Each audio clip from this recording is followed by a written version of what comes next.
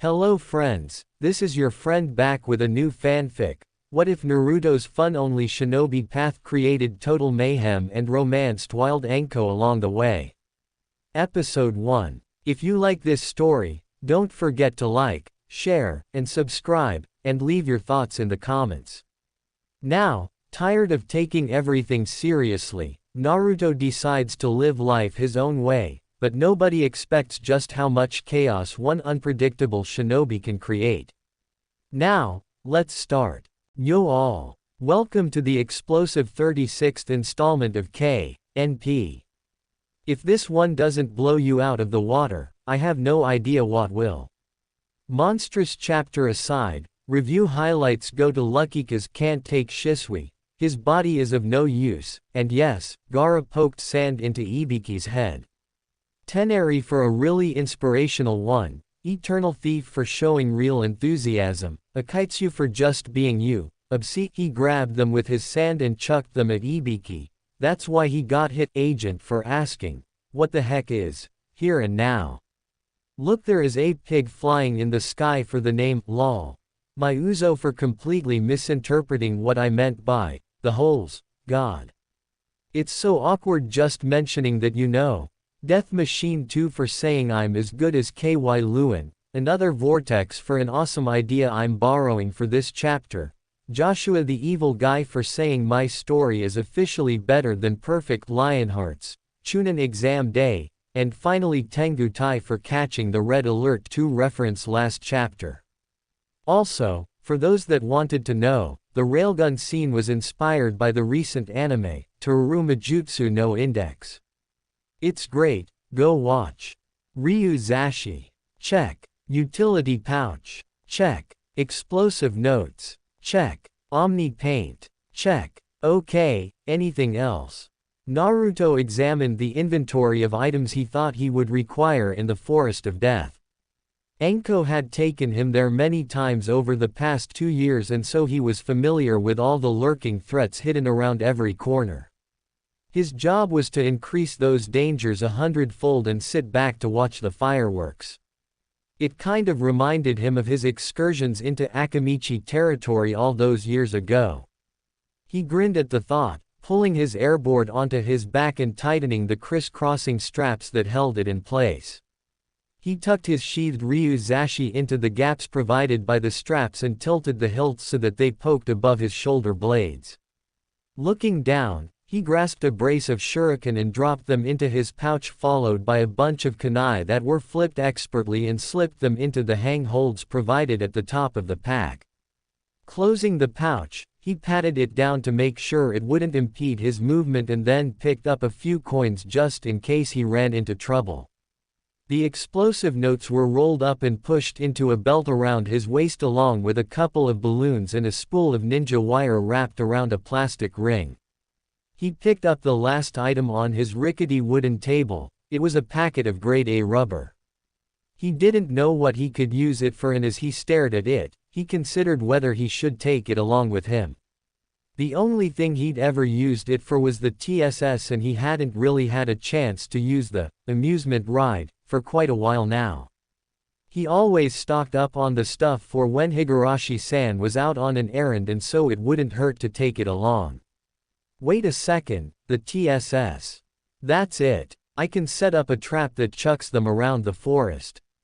That's genius. He cackled gleefully and stood up. He picked up a long, thin piece of white cloth and tied it around his forehead to keep his hair out of his eyes. He knotted it at the back and tightened it with both hands. It was time to rock. Ten looked up at the huge oak trees with slight trepidation. Trees can't naturally grow that big, and Training Arena 44 seemed to have grown them as a mainstay plant. All right, you guys. Everyone gather round. The prospective Chunin muttered to themselves as they formed a rough circle around the proctor of the second exam, her back facing the main entrance to the fenced-off practice arena. The noise died down as they waited for her to speak. Anko took a rough head count before starting her diatribe.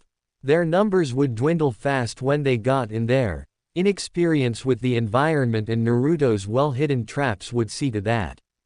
She was expecting downwards of 16 contestants to actually reach that far, but since they were in teams of 3, a maximum of 5 teams. Welcome to Practice Arena 44, otherwise known as the Forest of Death.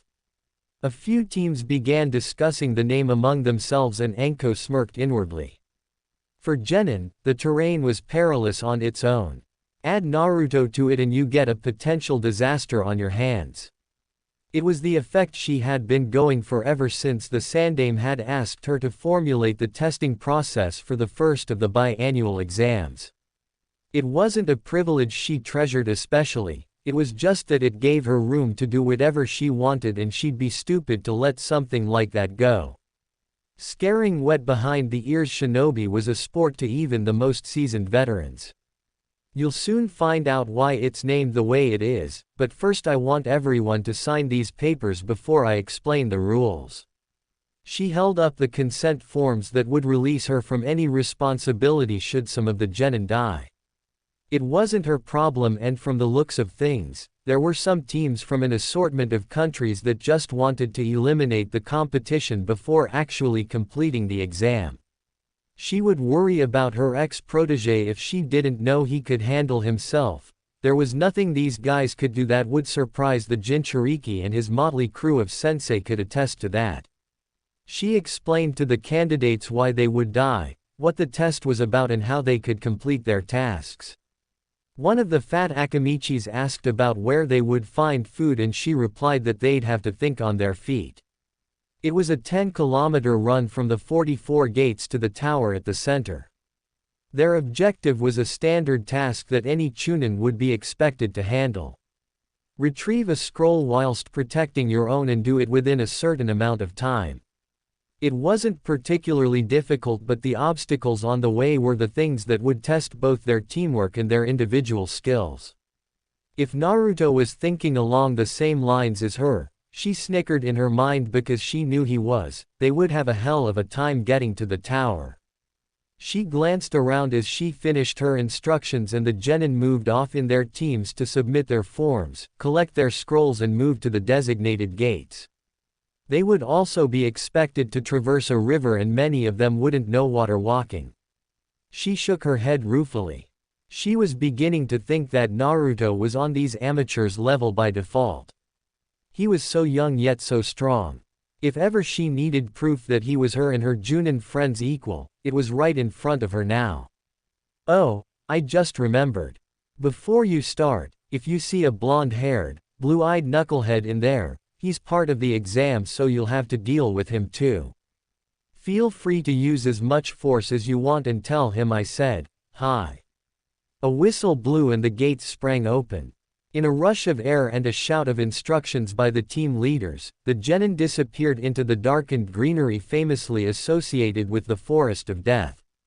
Anko sighed in contentment and made her way to the examiner's booth. Oi, Izumo, I'm gonna be in the main room. I'll wait about 24 hours before heading to the tower, so you dolts better not drift off. And don't disturb me. Izumo nodded quickly and punched his best friend who was falling asleep beside him. Kotetsu snorted and punched him in the nose, the former falling from his seat and grasping at the bleeding part of his noggin. Anko chuckled as she pushed open the door to her booth before closing and locking it behind her. No one could see her doing this or the Sandaime would have her head. Nodding in satisfaction, she pulled the Hokage's seeing ball from under her trenchcoat and set it on the rough wooden bench set to one side of the cabin. Smirking, she placed her right hand on the smooth glass surface and channeled her chakra into the fine seals carved into the orb, so intricately and carefully that they could not be seen with the eye. She whispered her blonde friend's name and watched as his form morphed into view. It had taken her a while to work out how the seeing ball worked. At first she couldn't get it to display anything she wanted, and then in a fit of disappointment she'd said one of her friend's names and unconsciously channeled chakra into it whilst she held it in her palm. She was shocked to find the glass sphere glowing, and upon second glance, she'd spied Kakashi splayed out on his sleeping bag with his head squelched into a head roll full of Omni paint. She laughed really hard later, but at the time she was too elated about the dratted thing working in the first place. Naturally, after her initial success, she'd taken it with her on the mission to wave in case it would turn out useful to their objective. She'd attempted to view the village and its surroundings before they'd reached there by using the same method, but it hadn't worked. Upon camping on the outskirts of Nami no Kuni, she'd tried again, this time attempting to see her apartment in Konoha, but to no avail. She'd given up after that, and when they'd become engaged in the battle with the ex-Iwa Nin, she'd again tried to locate Naruto when he and Taka had taken off to fulfill their last objective of destroying the base. To her surprise, it had reacted instantly, leading her to believe that there was some kind of distance variable to how far you could see. This time she was right outside the forest, so assuming that old Sarutobi was able to spy on the whole village from his office, she should have no problem monitoring Naruto antics in the forest. Of course, she could simply head to the tower and watch as the genin arrived, but the surveillance cameras didn't cover the forest, and so she wouldn't be able to see the fireworks from her office. She grinned widely as she sat down lightly on the bench and leaned back on her arms. She had a show to watch. There are 3 rules of engagement that nearly all shinobi follow. If you stick to them, chances are you're gonna win. If you know them but don't necessarily wanna use them, then at least you can try to predict how the other guy's gonna move. We'll test it out in a bit, but I'll let Shisui take over, he's better at this stuff than I am. Anko dropped onto her butt and placed one palm on her chin as Shisui pushed off from his resting position at the side of a tree. Alrighty. As Anko said, the rules of engagement are 3. Number 1. Always make a clone before getting into a fight. He grinned and spun in a full circle, his hands flashing up to form seals and resting on an unfamiliar cross-shaped formation. Kage Bunshin no Jutsu. With a small pop, an identical replica of the teenage Uchiha appeared next to him. Naruto sat up further as he stared at the body incredulously. There's 2 of you. Anko, nay, we'd better get rid of one. One's more than enough. Anko snickered into her hand, and Kakashi, who sat with his back against the very same tree Shisui had been leaning on with his legs spread in front of him and his orange novel in front of his face, oddly seemed to be reading by placing his forehead on the page and causing his body to shudder. Oi! Stop laughing. It's not that funny. And Kakashi, I don't see how you can even do that, you hypocrite. Anko guffawed loudly and sat back with her arms supporting her weight. Shisui schooled his expression and popped the clone in a cloud of smoke. Anyway, there are quite a few variations of clones, and I know you can do the Bunshin, right? Naruto's eyes widened and his face became red. Why, wait just a sec. What do you mean? Why'd I need to do the Bunshin? The air became very still. You can't do Bunshin. Naruto hid his eyes behind his knees.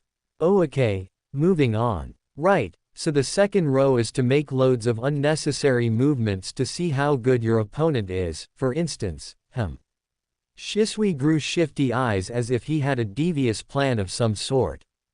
A small, evil grin grew on his lips. Hey, Kakashi. Behind you. Kakashi hummed, and didn't budge an inch. Naruto cracked up at the failure of an attempt to divert attention. Shisui looked downcast. With a wet noise, the copy ninja was pulled floundering into the ground as a pair of hands grabbed at his ankles. At the last minute, he twisted, driving a knife hand strike into the wrists of the offending appendages and flipped out of the small hole. He glared with his single eye at the Uchiha whistling nonchalantly in front of Anko and Naruto. Ah ha ha, you thought I couldn't get ya, huh? I know you far too well, senpai. Kakashi growled and turned his back. As you can see, Kakashi's a close quarters specialist. He's also proficient in ninjutsu and genjutsu, so there aren't many faults in his skills. If that was a real fight, he'd probably be dead right now. Moving on, the third and final row is the most vital. When you've pegged the opponent at a specific skill level, you move in with the big guns. Usually I just finish them off with a multi-layered genjutsu because not many people can escape from them anyway, but if you go up against a superior fighter, don't waste your time. Pull out the most powerful jutsu right away and pray that it's enough to get them. Naruto rubbed at his eyes, they were stinging but he refused to think they were tears. He shook his head and smiled widely. There was no way that he'd be depressed now. Too much was at stake. He observed the team of waterfall ninja as they approached the southern edge of the forest. It was closest to the start of the river and it seemed like they had the sense to follow the body of water till they hit the tower at the center. It was a good plan and probably would have worked if Naruto hadn't been there. One of the genin, a fragile-looking boy with a large pack on his back, stepped on the tripwire hidden underneath a root poking above the surface of the ground. His teammates froze at the noise but he wasn't so lucky. What the? With a twang, a loop of wire swung out from the treetops and wrapped around his bicep neatly. The struggling shinobi was pulled bodily off his feet and swung 360 degrees around the tree before the wire snapped like a whip crack. The unfortunate youth was sent flying above the canopy as easily as a bird. Naruto burst out laughing from his vantage point. That was too good. The looks on his teammates' faces were just gold. The female of the group, a green-haired, graceful kunoichi, whipped around at the noise. With a signal, the two fled into the water of the river approaching from one of the entrances of the training ground. Naruto couldn't stop laughing. They thought the water would help them. Oh God, this was too much. He was laughing so hard that he could barely form the seal required to activate the characters etched into the river bank. With a hiss, the water cooled to frigid temperatures within seconds. There was a loud scream followed by two thumps. Those two wouldn't be getting up for a while and they wouldn't be able to proceed without their third teammate anyway. He'd tortured them enough for now. Still laughing like a hyena on crack, he jumped off to find his next target. OSSSU. 1010. How does it look up there? 1010's eyes bugged out of her head as a body came flying above the trees, missing her head by inches. Her panda buns whipped around from the breakneck wind that followed in the person's wake. That was definitely the TSS. She'd had a strange foreboding thought in her head when the proctor had mentioned the blonde-haired, blue-eyed someone in the forest, but this just answered her question. Whoa. Naruto had modified one of the craziest amusement rides in the history of mankind for a trap. In a way, she thought, it settled an age-old question that she'd been dying to answer. If Naruto ever had the motivation to become a Konoha shinobi, he'd take the world by storm. Then again, he was already doing that, wasn't he? Ten. The weapon's mistress slid down the rough bark with a far-off look on her face. Her two teammates glanced at each other curiously before Lee stepped up beside her. 10, how was I? Naruto's in the forest. Lee paused mid-question. Lee, Neji, I'd advise you to watch your step very carefully from now on. Lee grinned and pushed his right leg forward, smacking the fist of his left hand into the tree and raising his right in a one-handed salute. How bad can it be? With the flames of youth we shall overcome any obsta. Crack. Lee was sent airborne by a particularly vicious tree log that just happened to swing from the overhanging branches. 10 froze and glanced around slowly. The whole place was infested with traps, and if she knew Naruto, they were hidden in just the places that you would think they weren't. You had to place yourself in a weird opposite perspective to have a chance of getting out unscathed, and so 10 began looking for places she would usually consider as safe. Neji simply frowned and walked away. That idiot was going to get himself caught up in something because of his debilitating arrogance. How the hell did he modify the TSS for that purpose anyway? She really hoped he didn't have any of his other amusement rides hidden away in this place. It was scary enough with all the massive bugs around. They'd scouted around for a team to hunt, one that would preferably hold the scroll that they needed to end the exam. It had been about 3 hours since the start of the exam, and so they still had nearly all of the 5 days allotted to them. Tenten glanced over as Neji groaned and palmed his face. That idiot. All right, since Lee decided to act up at the most inopportune of moments, we'll split up and see if we can find a scroll ourselves. Meet back here before midnight. Neji tossed a kunai into the ground to mark their position and then jumped off. Tenten's eyes widened as she looked in the direction he was heading in. Neji, watch out. Splat. For the trap wire. Neji slammed head first into a wall of goo suspended in the air by 2 thin pieces of shinobi wire. The wobbling mass of gray glowed slightly before the proud Hyuga into its slimy clutches. Neji struggled, but only managed to pull his head from the deluge. This was Uzumaki's fault, wasn't it? This was that trash's fault. Neji, I don't think this is the time. Uh-oh. The monster jelly began to glow again and Tenten had a sinking feeling in her stomach. This wouldn't end well. Before anything could happen, she turned and dashed away. There was no way in hell that she'd stay to be caught in one of her friend's dastardly repulsive pranks. Tenten, how dare you abandon? The proud Hyuga was left red-faced with his hair on fire once again. How was he meant to know that this tower of jelly was capable of setting itself alight? He was going to murder that blonde when he saw him next. Naruto cackled high up in the trees. He didn't even need to intervene this time. Team 9 were a bunch of practical jokers, apart from Tenten of course. He slipped away quietly, looking for his next set of victims. A certain hubby Sanin was not having a good day. He'd infiltrated the Chunin exams so smoothly, murdering a team of genin without lifting a finger, that it had given him a false sense of victory before he'd even begun the real mission. He thought ruefully that maybe his arrogance wasn't such a good thing after all, even if he actually deserved the higher position than the other disposable incompetents that swarmed the ninja ranks these days. It had been smooth sailing, and it wasn't even as if the security was tight. When he'd hit the forest of death though, things went from good to bad to worse. His hair was in tatters, his tongue coated with dried blood, and his clothes ripped and damaged all over. He snarled under his breath, this stunk of a certain blonde twerp, and if he even caught a hint of him being here. He cursed as he was forced to leap aside, this time to avoid a beanpole that appeared to have some weird type of liquid dripping off the end. It looked foul, a mixture of bogey greens and the most off-color yellow he'd seen short of putrid vomit. His foot twitched and he felt another tripwire give way. He darted away as fast as he could, only to run afoul of a puddle of sticky goo. In horror, his head shot upwards to see a massive ball of something descending on his head.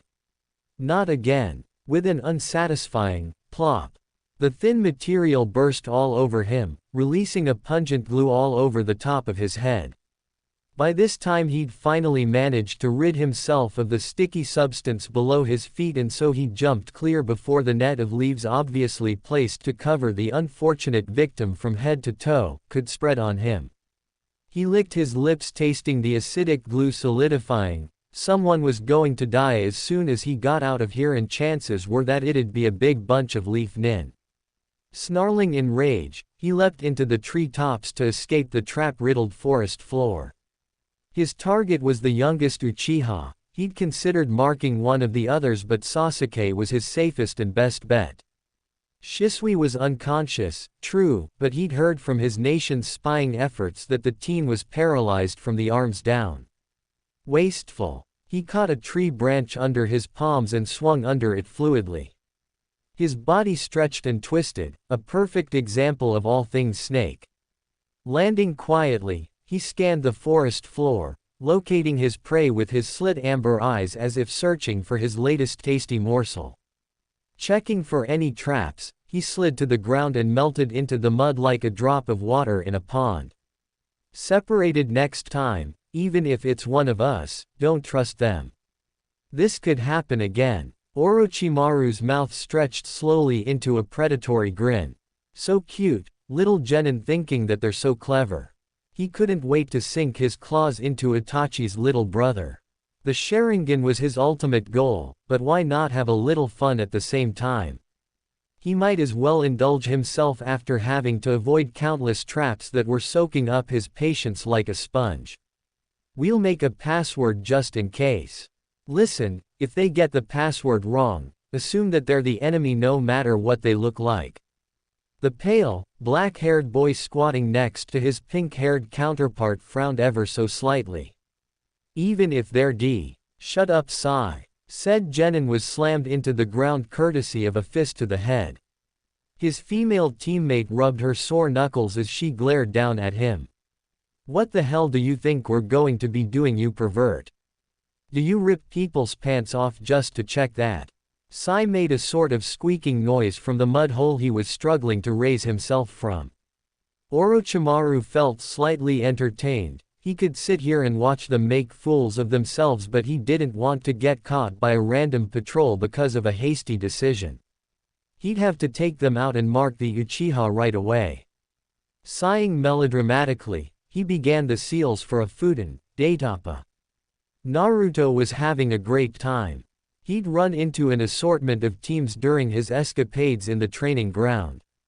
His particular favorite was watching the Sand siblings defeat an older team of Mist Nin before Gaara left them hanging from a tree in their underwear. He'd almost busted a gut when he dropped into the clearing to see if he could add anything, only to find every hole in their bodies plugged with sand. A mouthful of the dusty granules was enough to leave you feeling sick for a few days. And he would know too, from experience. Another of his favorites, which had caused him to reveal his position but had given him another dastardly idea, was one of the pre-rigged rafts he'd made beforehand floating on the surface of the river.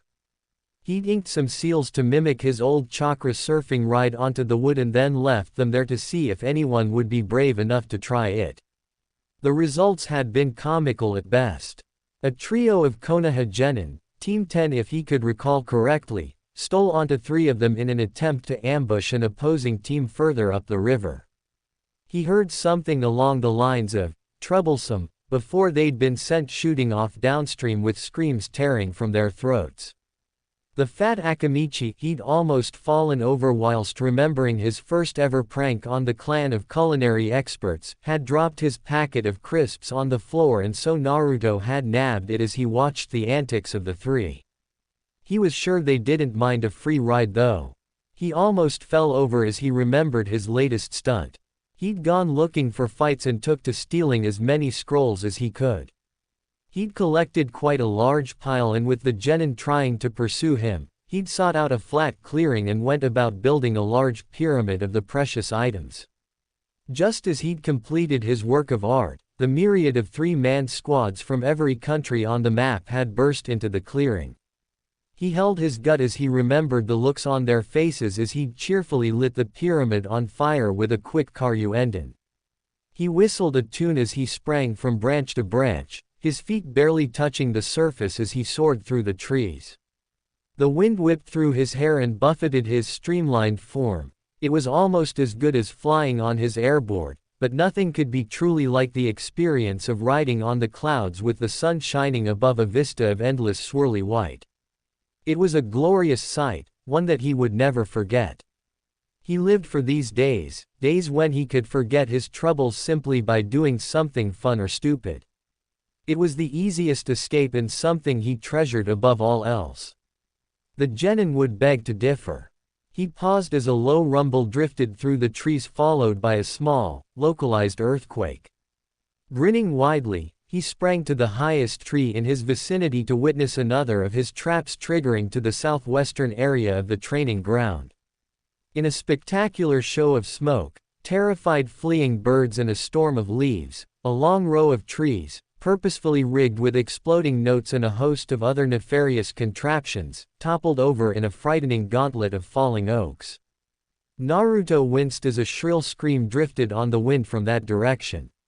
Naruto didn't envy them. It'd be hard to focus on getting the hell out of there whilst fighting a battle and avoiding the falling foliage all over the place.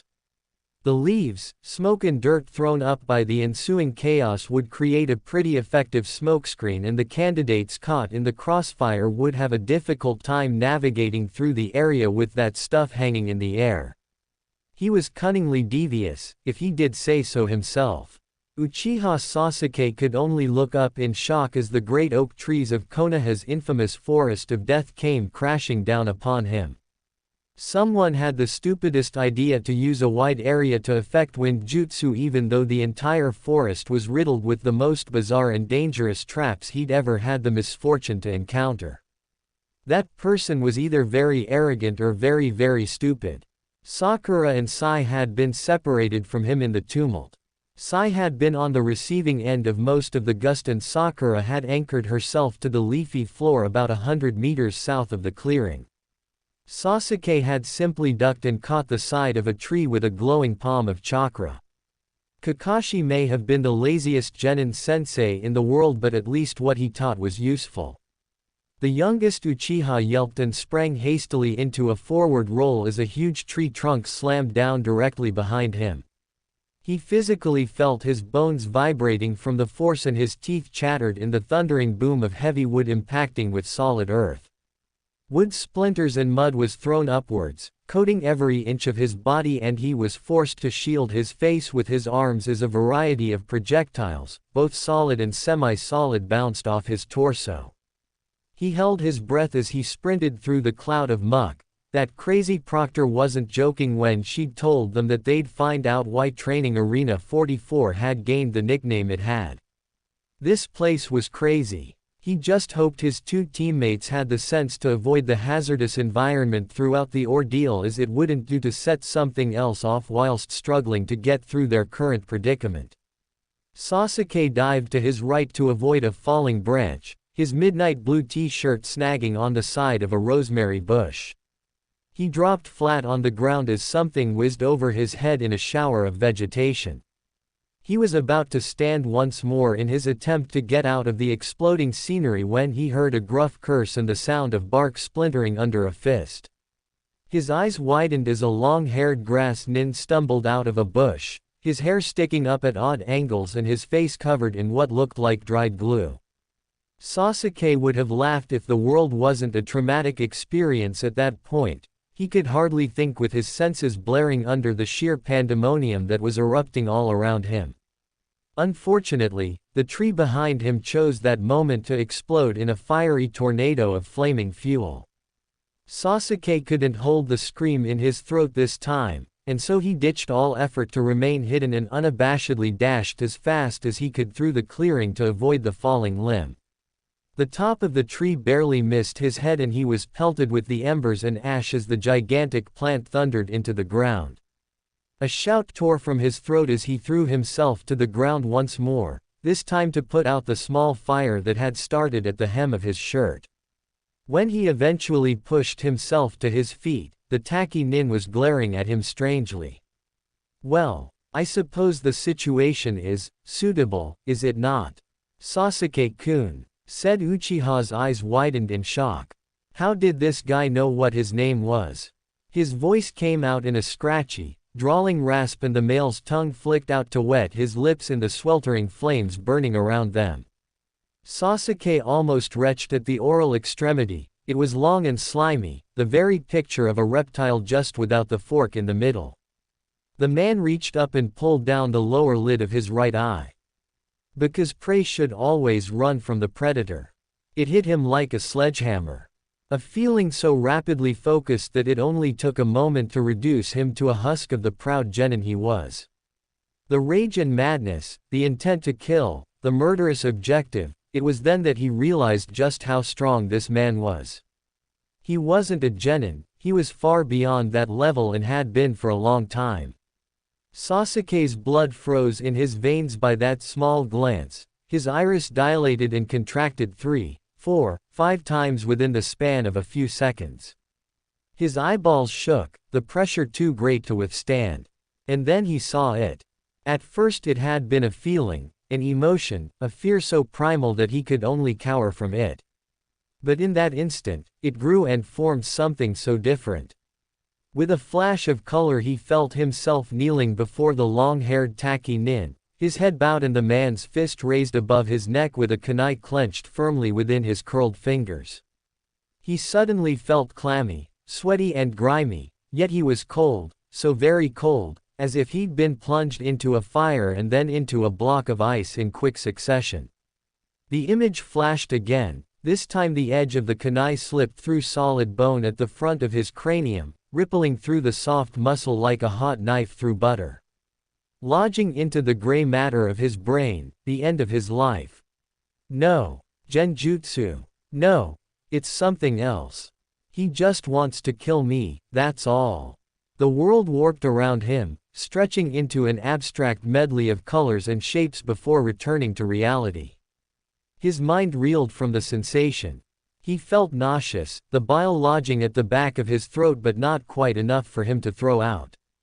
He slowly looked up to find Taki nin scrutinizing him, his left hand held up with a kunai prepped to throw against a backdrop of burning forest. He was suffocating under the pressure of this this monster's killing intent, all the while standing within a raging inferno of overpowering smoke and smog. Oh, so you can fight a little. I would expect no less from Itachi's little brother. Sasuke snarled within his mind. Who cared about that murdering traitor anyway? He was going to live and he was going to show the world that the Uchiha would regain their name and prestige in the laurels of Hai no Kuni once again. Unfortunate. It seems as though your life ends here, little Uchiha. Sasuke watched in slow motion as the grass nin's hand flicked in his direction. The kunai flew forth, its aim true. No. I won't die here, I can't. For Shisui and for Ka-san. His hand twitched, the rest of his body unmoving. Move. It began to move, inching ever so slowly towards his utility pouch strapped to his right hip. Move. His hand shuddered and he almost stopped forcing against the jutsu that was binding him. Move. In one jerky movement, he ripped a kunai from his pouch and slammed it into his thigh. He almost screamed in pain but he knew he didn't have that luxury. Liquid fire ripped through his body as he ducked, pivoted and jumped for the safety of the trees, the knife barely missing the side of his neck. The grass nin humped as he tossed his hair. How disappointing. It seemed as though the youngest Uchiha didn't even have Sharingan. What use was he then? He scowled heavily. This would damage his plans badly. Without Sasuke, the Sharingan was practically out of his reach. He would have to kill the boy now that he'd gone to so much trouble to obtain something that wasn't even there. Sighing, he took a step forward to make after his escaping prey. His stomach sank as he felt another tripwire give way beneath the soles of his feet. There was a slight fizzing sound and his neck twisted 180 degrees to look at the sparking explosive note stuck to the ground directly beneath his feet. Worse yet was the chakra sticker seal anchoring him to the ground. It was designed to incapacitate and the sticker seal was the permanent sort. He cursed as he crossed his arms and rolled himself into a ball to minimize the damage. The explosion threw him bodily into the air and he was forced to do a sort of ungainly backward roll to absorb the force behind the contraption. The ends of his black locks were smoking and he looked beaten and battered. Uzumaki Naruto was going to die, even if he wasn't involved in all of this. The fact that the forest was bringing back those accursed memories of how his base was turned upside down by a mere 9-year-old. Cursing, he hopped over a burning log and jumped into the trees after the youngest Uchiha. Trees flashed by as he zipped through the air, his hands already flying through seals. His thumb dripped with blood as he finished the sequence, pausing on a branch to slap the rough surface to complete his jutsu.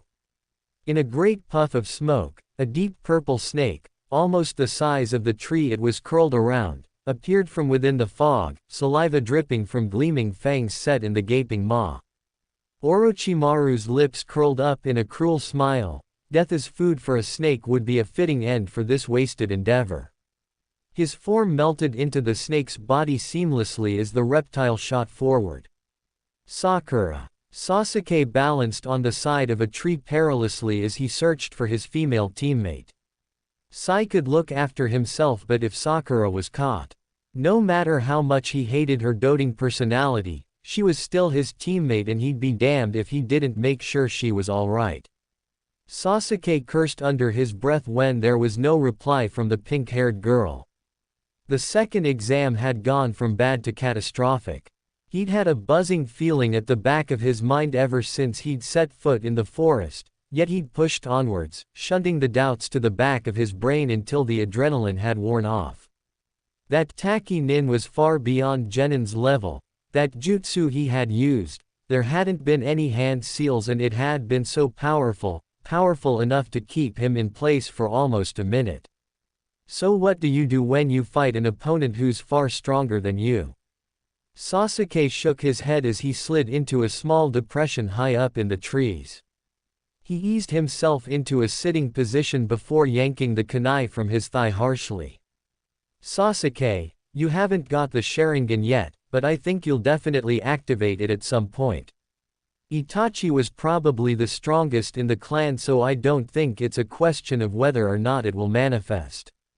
For the time being, we'll have to focus on compensating for it. Sasuke tried to convince himself that the 2 tears running down his face were because of the pain from his wound and not because of his memories of his cousin. That's right. You got it in one. Nice goin', Sasuke. His smile, it was so radiant then, as if he were truly proud of his cousin's achievement. His memories of Itachi had become foggy, but he was sure that his brother had never looked at him like that. He vaguely wondered whether he should feel guilty for choosing his cousin over his brother. His mind became foggy, as if a veil had slipped over his eyes and he could feel the warmth of the sun bathing his closed eyelids in its glow. He could hear the wildlife screaming around him and he never stopped to think why they were so restless.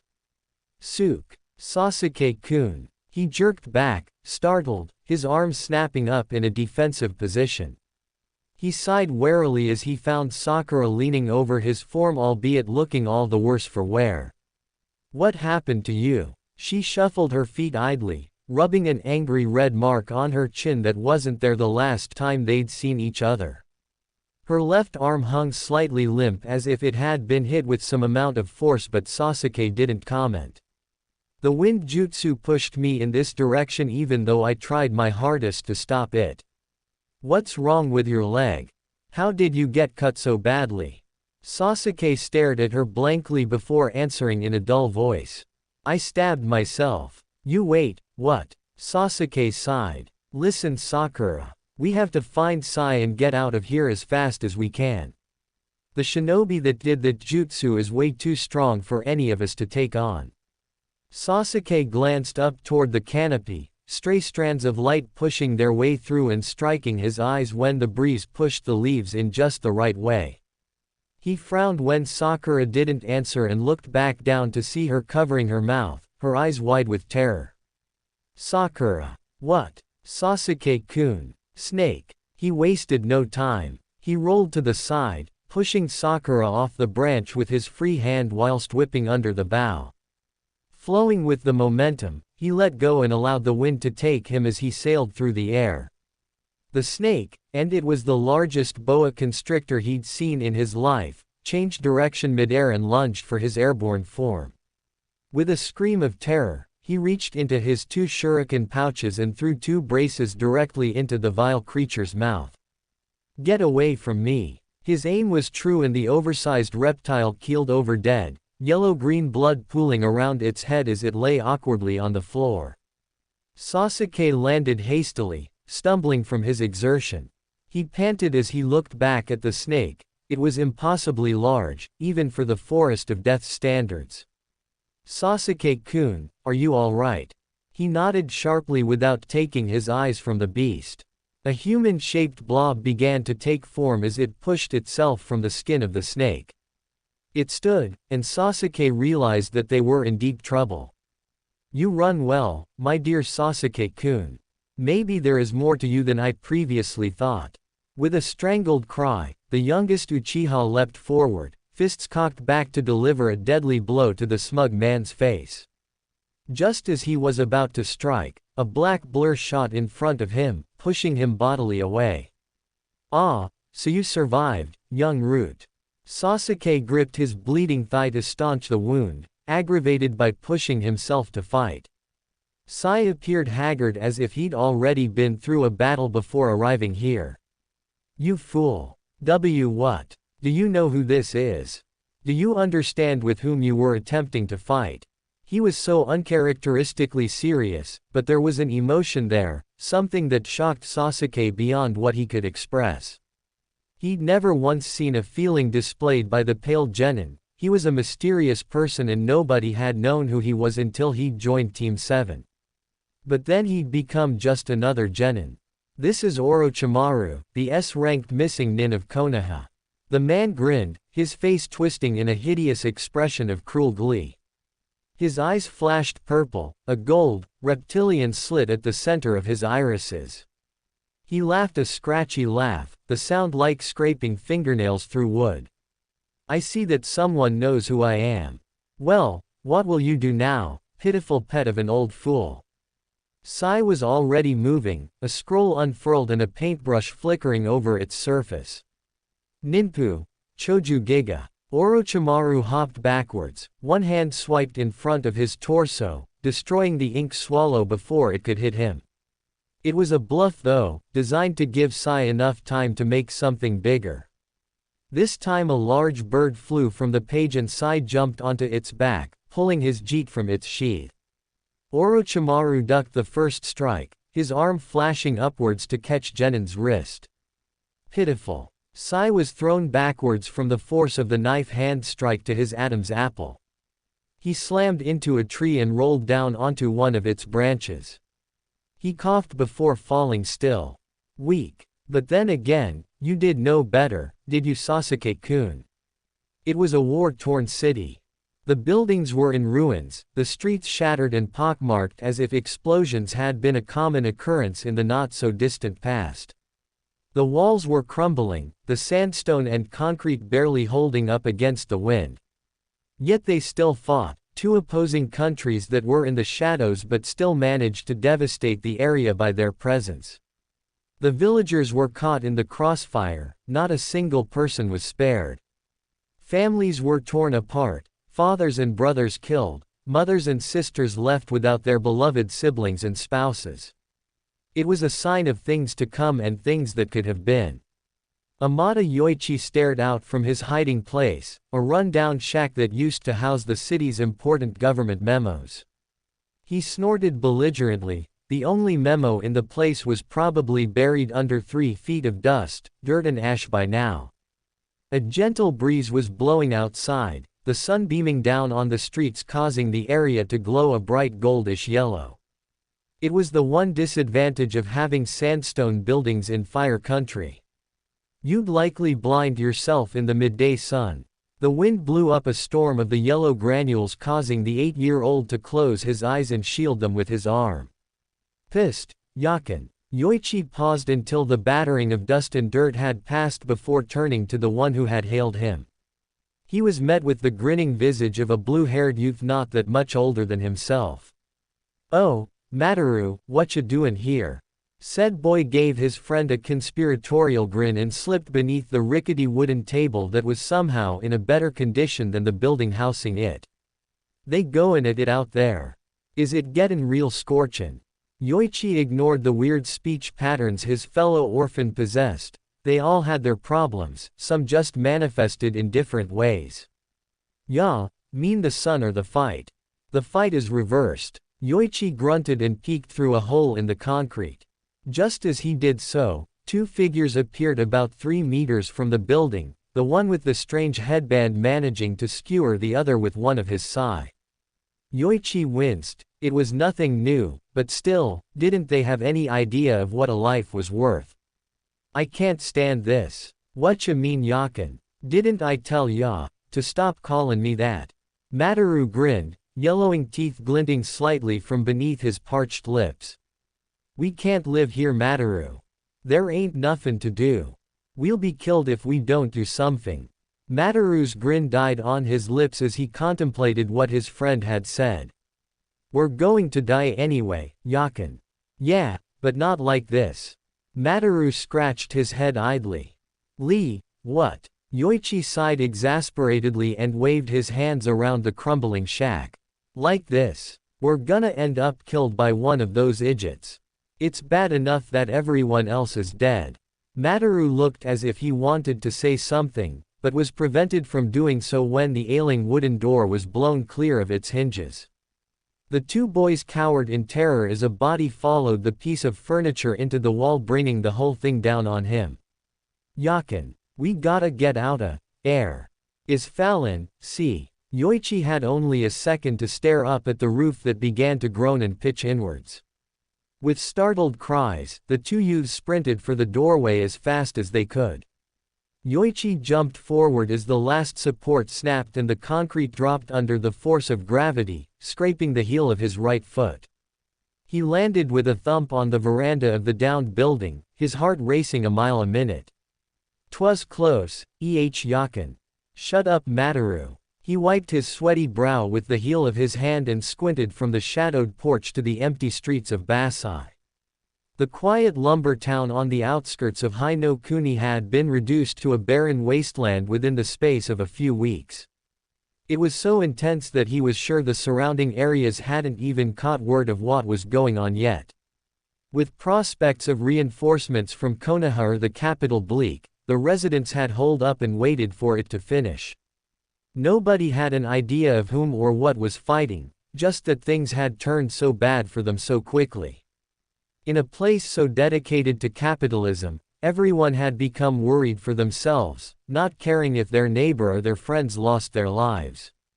He couldn't stand it. It was just him and Mataru left from the band of orphans that had grouped together to find some sort of safety. They couldn't fight, they were far too young, and every single one of their sanctuaries had been destroyed slowly but surely. Initially they'd tried to help whoever would get injured, but when Soichiro had been beheaded by a shinobi who'd thought he was helping the enemy, Yoichi swore to repay every single innocent death someday. Someday, when he was strong enough to do so. The snake of the Sanin paused as he spun neatly around his prey, backhanding him in the jaw as he did so. His eyes seemed to be tracking him even if they didn't have the Sharingan in them. That shouldn't be possible. I'm moving too fast for the eye to pick up. Sasuke regained his balance a few meters away, one hand planted firmly on the tree trunk beneath him. He could see the guy and slowly he was becoming accustomed to his movements. The youngest Uchiha allowed himself a small smile. If this Orochimaru kept on toying with him, Sasuke would be the last one to laugh. His opponent exploded into action, racing towards him in a zigzagging motion.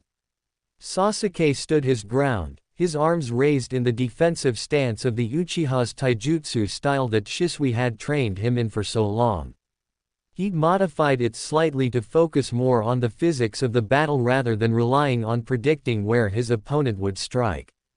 He didn't have the Sharingan and so there was no point trying to fight in a way designed around the user perceiving the world with one. A dust cloud blew up around him as the missing nin suddenly diverted his course and started circling him at the same speed. His head whipped around and around, tracking the man with his eyes.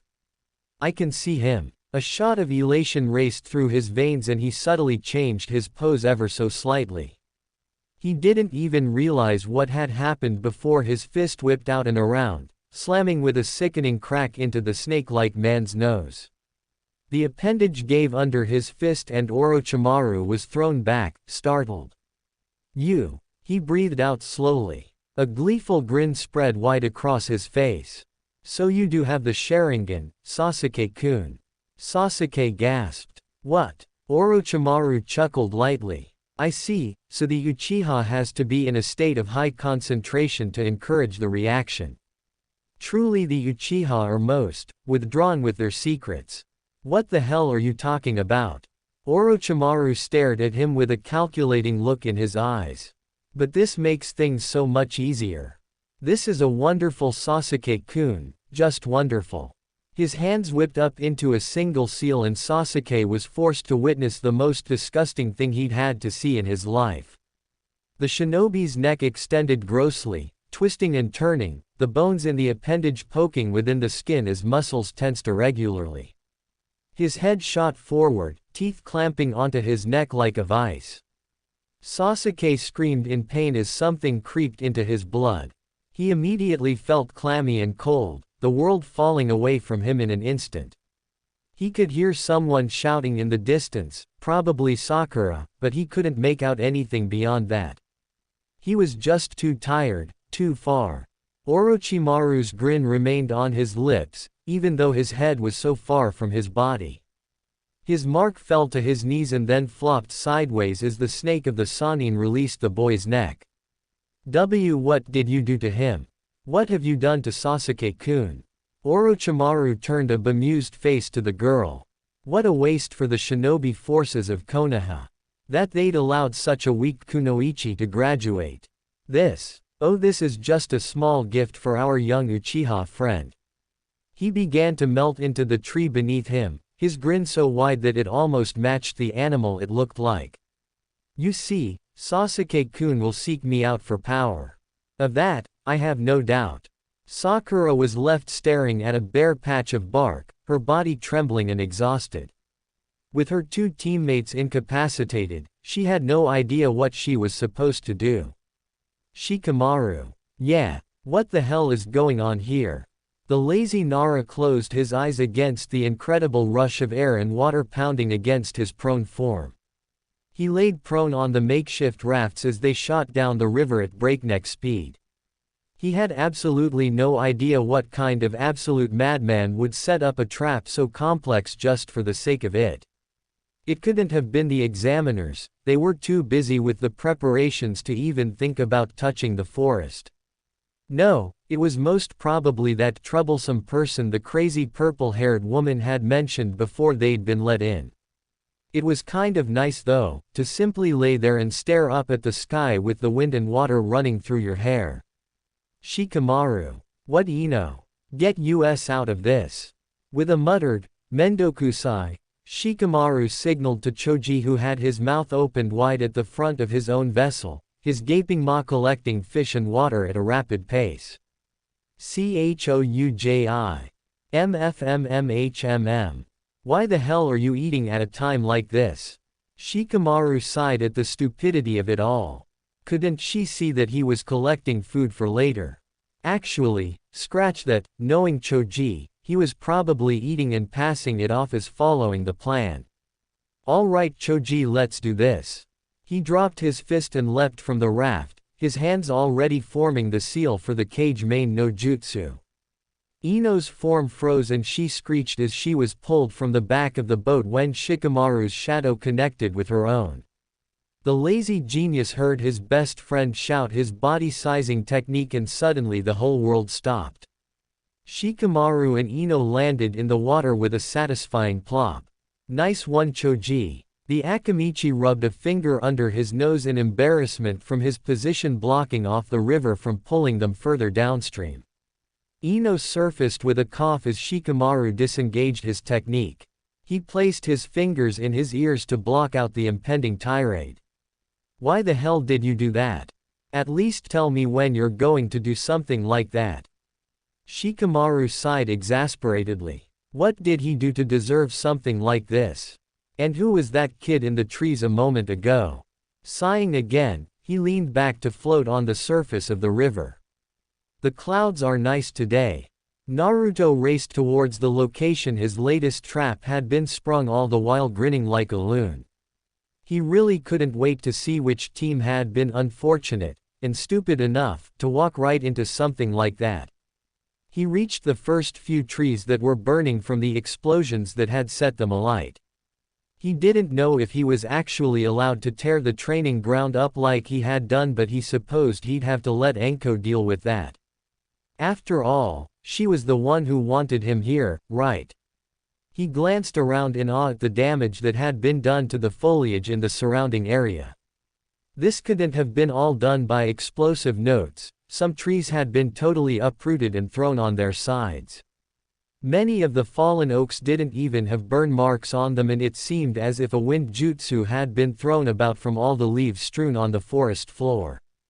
Naruto frowned as he realized the significance of their states. An area effect wind technique had to have been a powerful one to achieve such a result. He didn't think a genin would be able to do something like that. Maybe he was underestimating them. He flipped over a smoldering heap of branches that had broken off when one of the trees had hit another as it was falling. The two stems were lying side by side about 5 meters to his right, both burning ferociously. He coughed into his hand and pulled the top of his black muscle shirt over his mouth. The swirling smoke was getting thicker as he moved further in, the smog stinging his eyes and causing a toxic stench to pervade throughout the area. He could hardly see through his watery gaze and it was hard to navigate whilst tree jumping. Wasn't it standard procedure to stay close to the ground when in a fire? Naruto hopped from the surface of a fallen log, bouncing once on a blackened tree that was surprisingly upright, to land on the leafy floor of the forest. Dry leaves crunched under his sandals as he took stock of his surroundings, wiping a grimy hand across his eyes to try and clear them. His senses blared as he felt a large chakra source rapidly approaching. Ducking low, he pulled a brace of shuriken from his utility pouch and flung them at the speeding shinobi just hard enough to warn them of what they would be getting themselves into. He flared his chakra and then activated his invisibility technique, melding into the surroundings like a chameleon. The ninja paused but then swerved to continue, this time aiming directly for him. Naruto peered through the burning leaves. What the hell was going on here? Did the guy want to pick a fight or something? Not many people would be capable of pinpointing him whilst his invisibility jutsu was activated. It was very hard to locate someone based on their chakra output, and yet there were shinobi who were able to do so. It shouldn't be much of a problem in a forest full of genin though. That was a skill he was sure no genin would be capable of.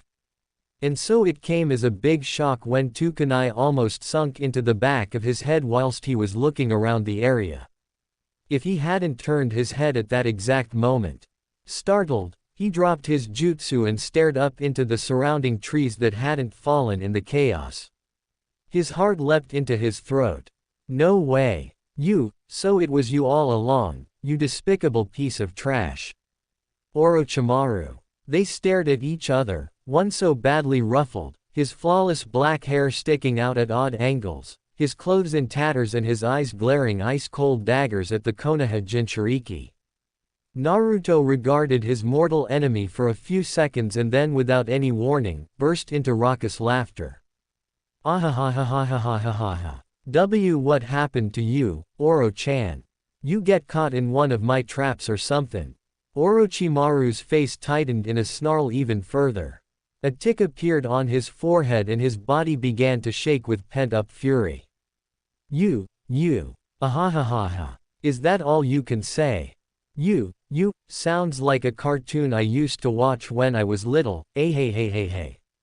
You will die. It was to this scene that two battling teams of genin rolled into the makeshift clearing, one side clearly gaining the upper hand in their fight. From their headbands, Naruto gathered that the first one who were the underdogs were from Iwa and the others from Kumo. Oh. A weathered Iwa nin glanced up and squinted at where Naruto was standing. His eyes widened and he immediately pointed him out to his teammates. Isn't that Konoha's painter? Naruto's sweat dropped. Konoha's painter? What the hell kinda nickname is that? His teammate gasped. Oi Rinji. Shut the hell up. That name's taboo and if Tsuchikage-sama hears you say it. The last of the trio trembled as he tapped his friend on the shoulder. Ketsuji, it's the painter. Ketsuji raised a hand to push his teammate away and in doing so, faced Naruto's perplexed form. He froze. Meanwhile, the Kumo shinobi were trembling in anger. You damned Cloud Rider. How dare you insult the Railage like that? Now that's more like it. Cloud Rider, it's got a nice ring to it. Naruto took a stance, placing his left hand on his hip and his right pointing at the hapless genin. See you idiots. That's how you give a nickname. Breaking Wind. Konoha's painter. What the hell is that? At least you Cloudies have some style. Orochimaru, completely forgotten in the ensuing shouting match, began clenching and releasing his fists. This fool dared to ignore him, he, one of the legendary three and the most infamous Konoha missing nin. Fools! You think your countries were humiliated. Oto was turned upside down and it took over a year to restore the village. Silence reigned for a few moments. You've got a point there, mister. Alright, we'll take the arms and you guys can take the rest. Yeah, we got dibs on ripping off his legs. The Otokage didn't mince words. A massive ball of fire mixed with a powerful Doryuden that rose from the ground and plowed right into the two teams, leaving nothing but burning ash in its wake. Ah crap, he's mad. Did they really think I would allow anyone else to kill you? Naruto grinned cheekily. Hey, it would have been easier for ya, if it was 7-on-1, nay. With a roar of anger, the snake of the Sannin threw himself at the Kyuubi's Jinchuriki, a kunai already sailing towards his head. Naruto bent backwards, placing his hands on the floor until the dagger had passed harmlessly over his head before pushing off into a front flip. It was a distraction and he knew it, but he couldn't avoid it with the speed it had been thrown. It was all the time Orochimaru needed to close the distance between them, and before he landed, Naruto realized with a sinking feeling in his gut that the incensed Nuke Nin was already in his personal space. His resolve hardened. He was no longer the small, wet behind the ears child that Orochimaru had fought close to 3 years ago. He was stronger and faster now, and he'd be damned if he didn't fight back. He had a score to settle too. The assault came hard and fast. Naruto blocked the first jab, his forearms whizzing about his torso as he protected his body from the following 3 punches. He was being pressured and it wasn't the kind of fight he was used to. You'll have to fight opponents who are stronger and better than you. That's the way things work. Kakashi can give a better explanation than me.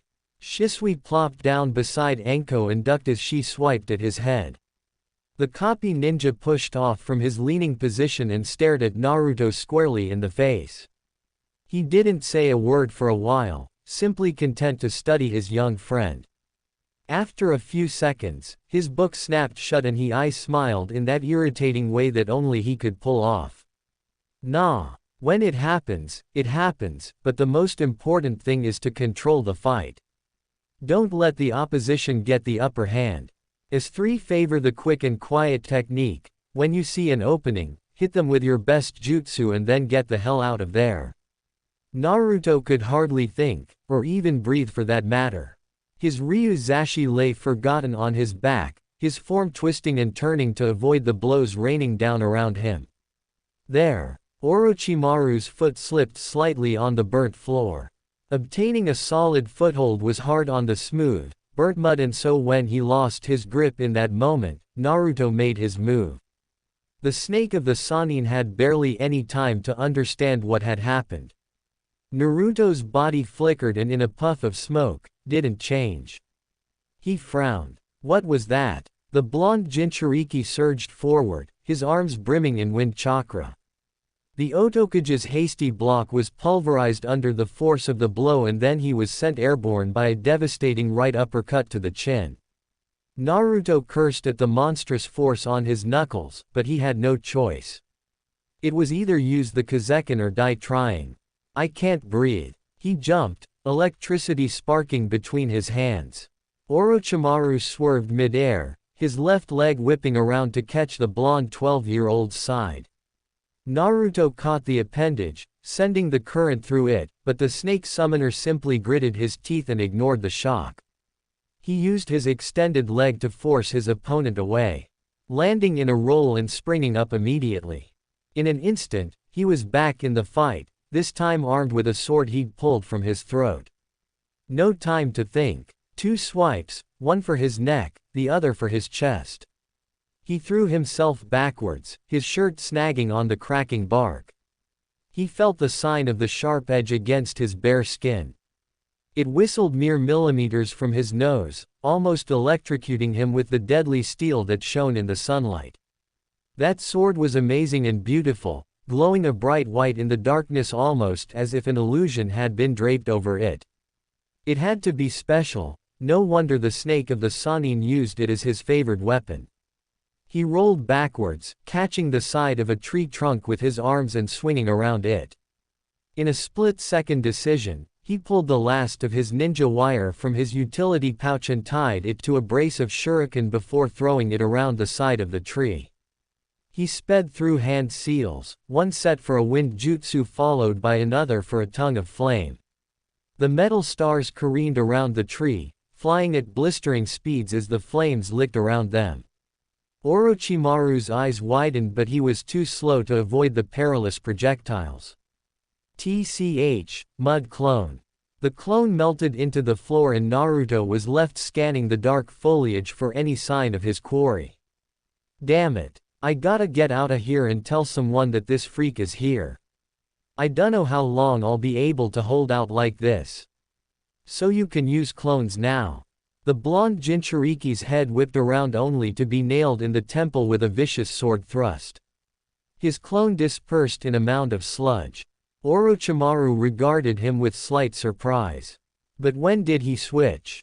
That time, when the smoke appeared, did he perform the kawarimi without hand seals?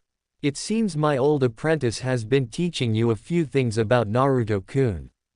Naruto unsheathed his Ryu-zashi, there was no more time. He had to end this and get the hell out of there before things got ugly. He didn't know what this guy was doing here, but it most probably meant something big to Konoha. With his resolve set, he jumped down from his hiding place. Anko couldn't stop laughing. It was just too funny. Especially the bit where he stole all those team scrolls and built a pyramid out of them only to burn them in front of the poor Genin's eyes. She doubled over laughing so hard that she'd cracked her head on the side of the wooden bench. She couldn't tell if the tears in her eyes were from the pain of the hit or from her mirth. God, it was the best idea to have Naruto participate in this. No wonder Kakashi was so eager to get him for his team's exam.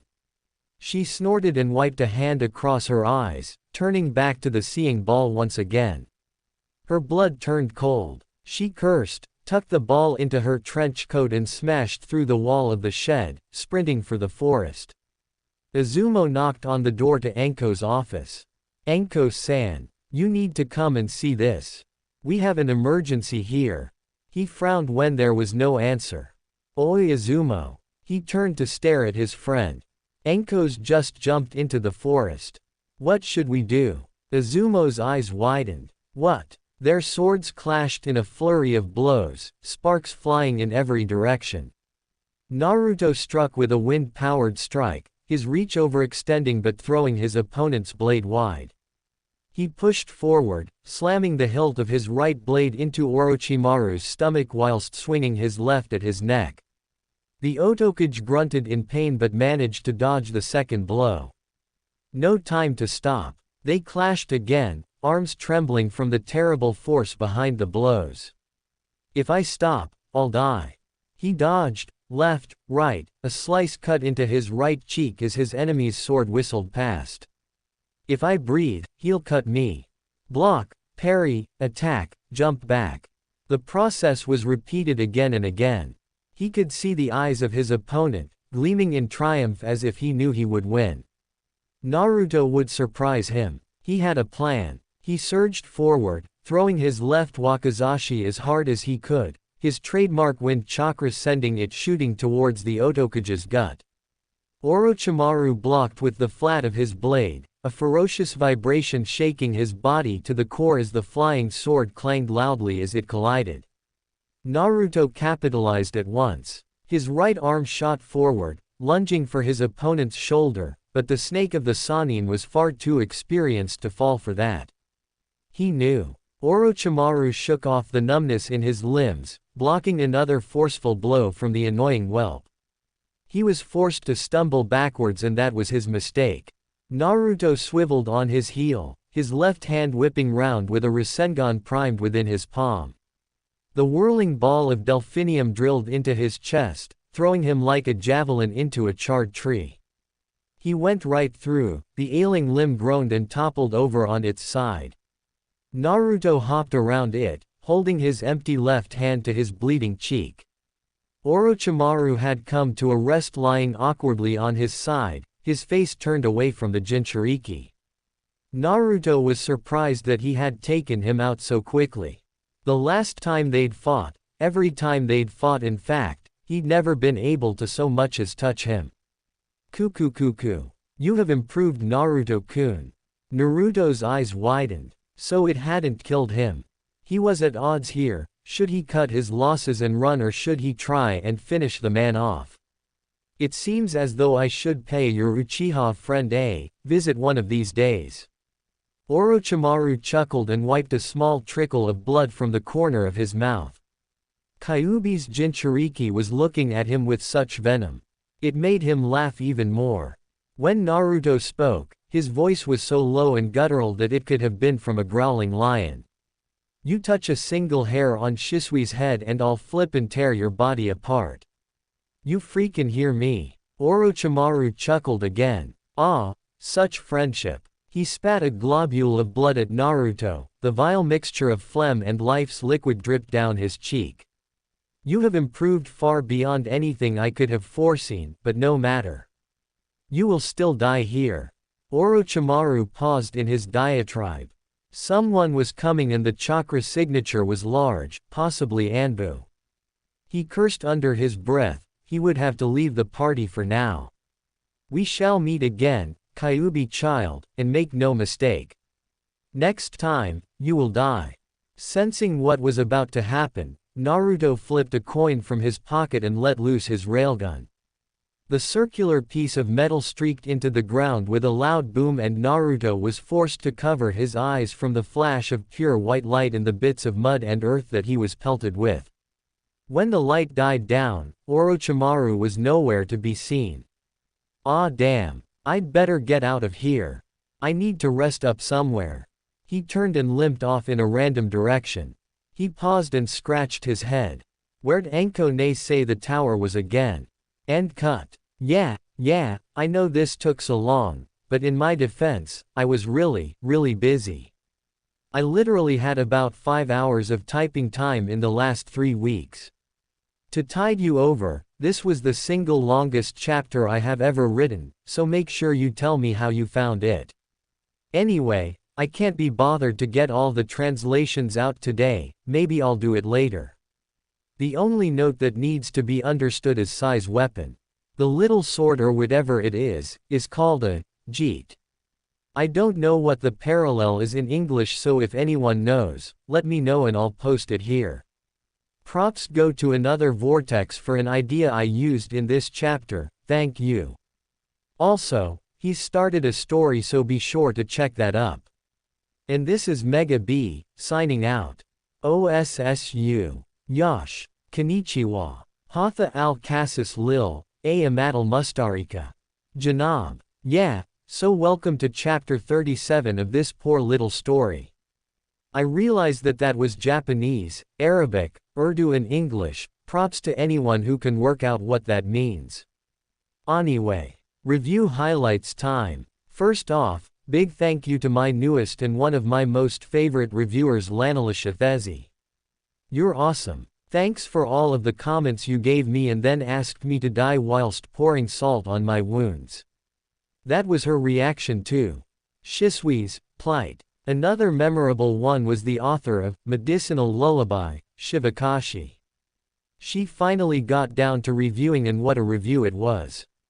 She's awesome too. Next up, Draco. Some amazing ideas which I humbly accept and should use at some point.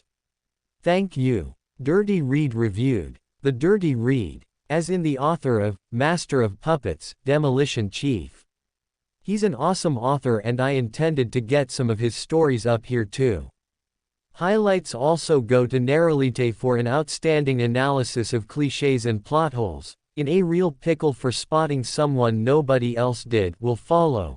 Condor Green for reminding me not to keep bull. Rochi-chan all one-dimensional. Jolting Forever for the reaction to a new chapter, and I quote, yes heck yes, D. in Dragonking 20 for a particularly natural review where I could envision him raising his fingers in a certain gesture. Now those were some amazing reviews. Thank you all. Fanfic highlight goes to Vorigo Atrox's, Different Past, Different Future. I think I've mentioned it before, but it's one of the craziest and funniest, Naruto goes back in time, stories on this site. Go read it and see where I got the inspiration for Nadime's infamous, Happy Pills. Oh, and before I forget, yes, Basai, is the village from Shivakashi's story, well done in a real pickle. I put it in there just to surprise her, but I guess that's down the drain now that she actually started reading this. So Naya. Surprise. Also despite her since I had it torn up by war and all that, cheeky smiley face. Anko landed on a cracking and burnt tree, quickly hopping to the forest floor as it gave way into a heap of crumbling granules and ash. She clutched her nose in vain as the rank smell of burnt foliage assaulted her senses. The fires were still burning around here and she had no idea how Naruto had managed to make this much damage. She grimaced. She was going to catch hell from the Sandame when he heard about the state of the training ground. Didn't Naruto know anything about restraint? She forced herself onwards, a quick wind jutsu forcing the low-hanging clouds of asphyxiant from her path. She sprinted low to the ground, her head swinging in all directions as she zeroed in on the location she had spotted her evil ex-sensei in before rushing into the forest. Spreading her senses before her in a wide arc, she attempted to locate his position. She almost stepped back and gasped at what she found. The forest was destroyed in a good mile in every direction.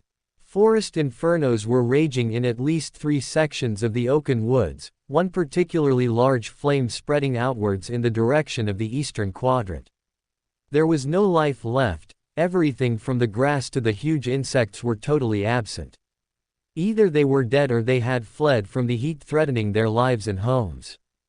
It was incredible yet morbid at the same time. This couldn't have been done by Naruto alone. There must have been a large fight after the two had met. As she hopped to another tree, her foot slipped on something wet and smooth. Righting herself, she crouched down and rubbed 2 fingers over the surface of the bark. Above the withering branch, a sticky liquid had settled on the surface and it was beginning to dry. She raised her hand to the dying light filtering through the trees as the day made its transition to night. Blood. She wiped her appendages on the side of her coat and took off once again, this time heading in another direction. It was hard to track anyone who had been through this place. The surroundings were torn up so badly that it was akin to finding a single piece of cereal in a bowl full of milk. Every time you think you've grabbed something, it slips out and turns out to be nothing more than part of the carnage. She felt a flicker of chakra off in the distance. It was small, but potent. It had a hint of something far more powerful underneath and she knew whose it was. She increased her speed frantically, coattail and hair flapping in the wind. Hey, so you finally get here, Anko ne. She couldn't speak. Naruto sat slumping in front of one of the few trees that were left unscathed. She almost recoiled at the state he was in. His clothes were torn and beaten. The piece of cloth he used as a makeshift bandana was skewed with a tear almost from top to bottom. It held onto his forehead by a thread, stretched taut as it hung limply above his eyes. His skin was sliced in various places, and she noticed a small thin line just below his right eye. A little higher and he would have been blinded. What happened? He grunted and pushed himself shakily to his feet. She saw the tremors racking his legs. He could barely stand. Take it easy. He grinned up at her through his sweaty hair, his lips curling up into a small smile. You were watchin' right. She nodded jerkily. Anger began to boil within her veins like never before. Her eyes shook in their sockets as she clenched her fists. The blonde-haired Jinchuriki seemed to sense her rage as his eyes widened slightly. Where is he? There was no shudder in her voice that time. Naruto pointed to the north. He took off that way, but not before I left him a little present. He tried to laugh but ended up in a fit of hacking coughs. She nodded to him and took off in the direction he'd pointed. Hey wait. She was long gone. I was gonna ask what you thought of the pranks. Sighing, he turned away. He needed to get some rest and heal up for the night. He was close to simply dropping to the floor and falling asleep. It would have been suicide to do something like that without anyone to watch his back. Training Arena 44 was notorious for its man-eating tigers and carnivorous bugs. He needed to find someplace small, with a roof to spend the night in case it rained whilst he was out. Orochimaru definitely deserved his place among the legendary three, of which Naruto was certain. Groaning from the fatigue in his limbs, he struggled through the devastated surroundings in search for his goal. It was going to be a long night. Orochimaru appeared in a flash of light, the smell of burning flesh rising from his right elbow, below which had simply disappeared. He grunted from the pain and stumbled over to a sycamore that was barely hanging from a thread of bark attached to its stem. He fell heavily onto his backside and glanced down at the amputated appendage in confusion. He had no idea how half his arm had been torn from the limb. The last things he'd known before pulling off a hasty shunshin had been a searing beam of electric blue light connecting with his forearm. What it had been and where it had come from, he still couldn't figure out, but it was most certainly a fearsome jutsu. The bottom half of the appendage had literally been blown off, the small sight of twisted bone peeking from the cauterized area. It had been so destructive and hot that the wound was staunched by the sheer heat generated from the blow. Uzumaki Naruto, what a monstrous boy indeed.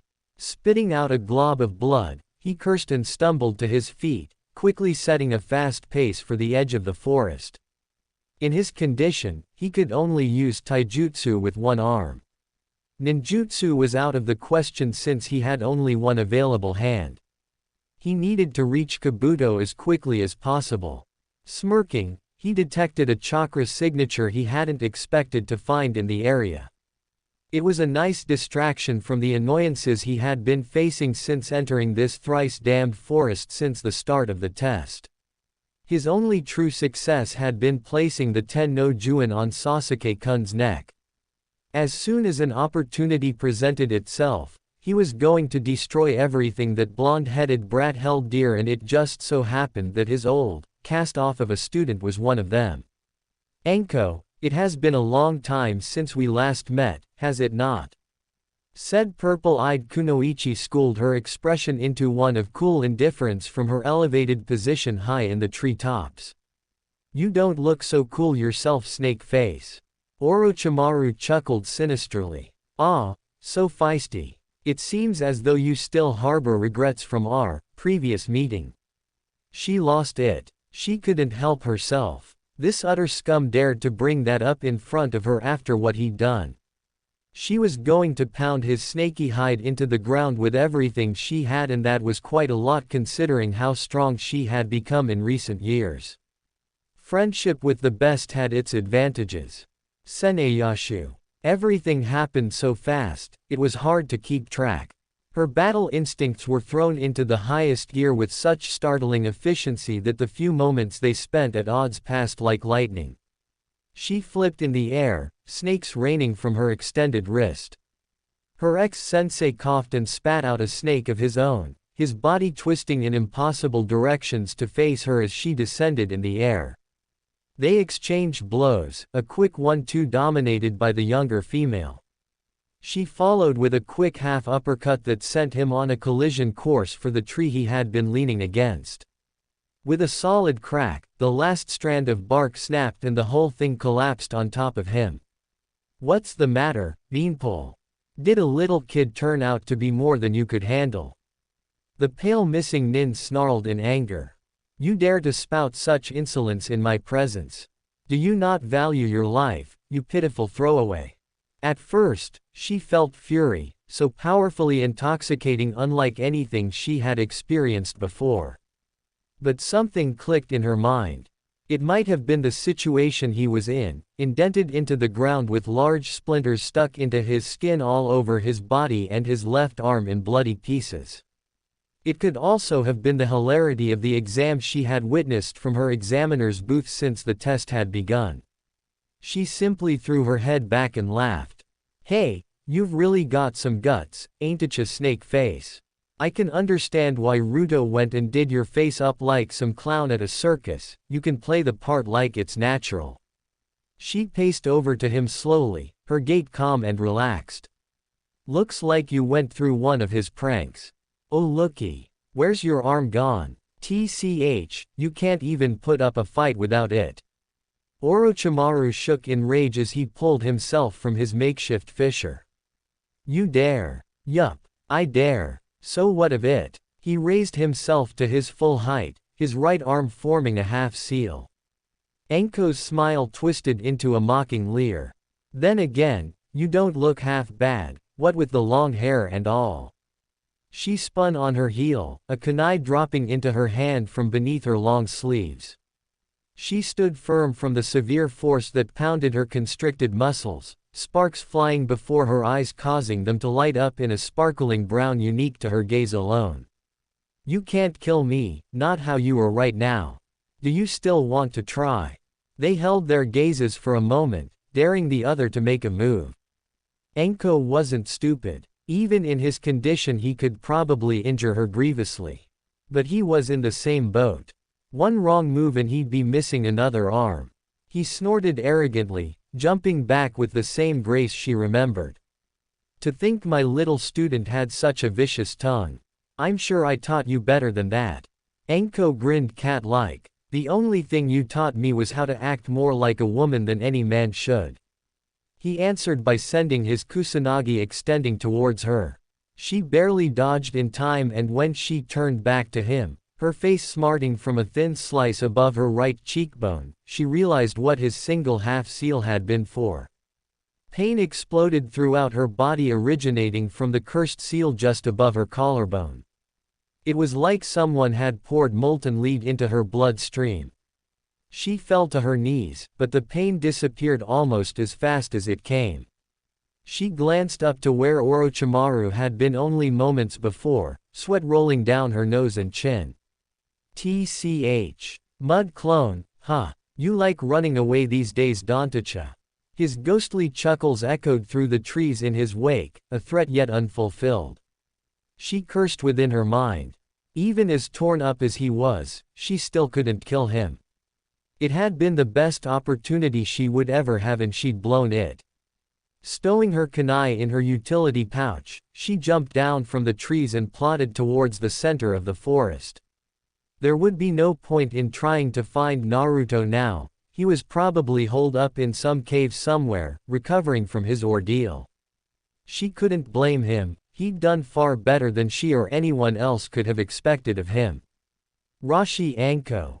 Mitarashi Anko. Respond." With a start, she remembered turning the volume of her headset down before she'd begun spying on the forest so that no one would disturb her. That guy must have been shouting pretty loud for her to hear him. She cradled her ear as she pushed the volume up again. "Yeah, what's up?" She heard the guy shout in surprise and winced as her eardrum rang from the volume. "This is Ambush Squad 3. Where have you been? We've been trying to contact you for almost an hour." She rubbed the nape of her neck in embarrassment as she clicked the send button once again. "About that. Sorry, I turned the volume down on the set 'cause I was doing something important." She heard someone talking rapidly in the background, although she couldn't make anything out. "Mitarashi-san, we have an emergency. A team of Kusa genin were murdered before they entered the second exam. Do you copy?" Damn, that was Orochimaru all right. So he had someone else in here too. Affirmative. I made contact with the perpetrator about 10 minutes ago." He gasped. "Do you have an ID on the guy?" "Oi Ichiro. Get your butt down here. We've got a possible ID." She sweat dropped. Weren't they meant to keep the names under wraps when on duty? If she'd done that when she was ambushed, she was sure one of the higher-ups would have given her hell for it. It was Orochimaru. The line went quiet. She tapped it with her finger when all she could hear was slight static. Anyone home?" Can you repeat that? Yeah, it was Orochimaru. Shinobi ID 00230. S ranked missing nin, origination, Konoha. There was a flurry of sound and Anko frowned in consternation. Status. It was a gruff question and the purple-haired Mitarashi almost cracked up at the tension in his voice. He's on the run. I don't think we'll be finding him anytime soon. She heard a pop, almost as if someone had executed a shunshin at that exact moment. And you, Mitarashi-san. She grinned a large Cheshire cat smile. I'm fine. Can't say the same about some of the genin though. I have no idea who he came into contact with besides Uzumaki Naruto. He fought Uzumaki. This time she cackled into the microphone. Oh yes. And it didn't do too well for him. The man gasped again. So then, all those rumors about what happened in Rice were true. Hell yeah they were. I got pictures. Really? Oh man, you gotta show me them Samati. Oi Kuma. You're supposed to be maintaining radio silence. We've got a freaking security breach and you're messing around on the comm link. Anko shook her head. These guys were hopeless. There was another bout of rustling on the other end. It sounded like poor Kuma had just been hit on the head with a frying pan. Hubby senpai, this is Taka speaking. Anko sighed as she passed a trio of Kumo shinobi that had been snuck up from the rear by a typical bunch of Kiri nin. That was pathetic. Yo, what's up Yugi-chan? Can you stop calling me that when I'm on duty? Anko's grin turned devious. She could hear Yugo's frown rather than see it. Hey, still stuck up about your lack of stealth on the wave mission. Face it, the brat's way better than you give him credit for. Izuki Yugo grumbled under her breath before coughing and regaining her mission voice. Mitarashi-san, I'm leading ambush squads 3 and 4 to your position. We'll scour the area and try to pick up any leads on the traitor's whereabouts. Anko snorted. Good luck with that. He's long gone. At least Naruto managed to tear his arm off. What? Anko laughed into the headset. Yeah, tell me about it. But when I saw his arm all mangled up, I knew that there was only one person who could have done something like that in here. Oh, and before you ask, I'll be making my report to Sandaime-sama directly, so forget about it. Yugo signed off and Anko released the send button. She paused as Asuna Nin suddenly shot out from behind a bush, back bent in roughly a semicircle. He slammed into a tree, bounced twice before coming to a rest, obviously unconscious.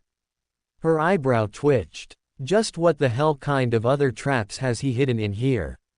Night fell to a rush of activity. Many of the stronger genin had made it through the 4 days with only one scroll, the first and foremost of their objectives still incomplete due to a certain blonde-haired nuisance who had burned most of the scrolls in a massive bonfire. In a last gasp attempt, many teams rushed to set ambush points at the mouth at the tower for the final day. It was a sound plan, but with most of the teams thinking along the same lines, it was hard to catch anyone who wasn't running around. So it was that when the final moments of the exam passed, many teams were left stranded in the forest with nothing better to do than vent their frustrations of failure in a free-for-all with the rest of the losers. One team of Kumo genin were frightened with the abrupt change in pace and decided to hide near a cave at the far end of the training arena so that they could scream as soon as a proctor arrived to let them out. They were perched up in a tree, camouflaged by a simple light distortion genjutsu characteristic of Kaminari no Kuni shinobi. As their genjutsu expert explained it, the photons in the air could be deflected if the oxygen particles were ionized and then spaced at a certain distance apart from each other. It was only classed as a genjutsu because there was a subtle illusion placed on the person outside to stop them from seeing a black hole in the middle of the foliage.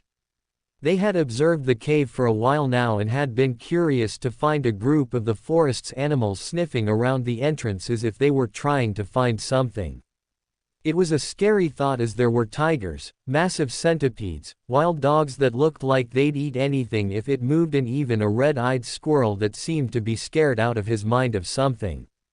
As the sun rose above the treetops, the trio's eyes widened when the rumored blonde-haired proctor walked out of the entrance to the cave, stretched, yawned, blinked at the hunger-crazed animals bearing down on him, and calmly formed a ram hand seal.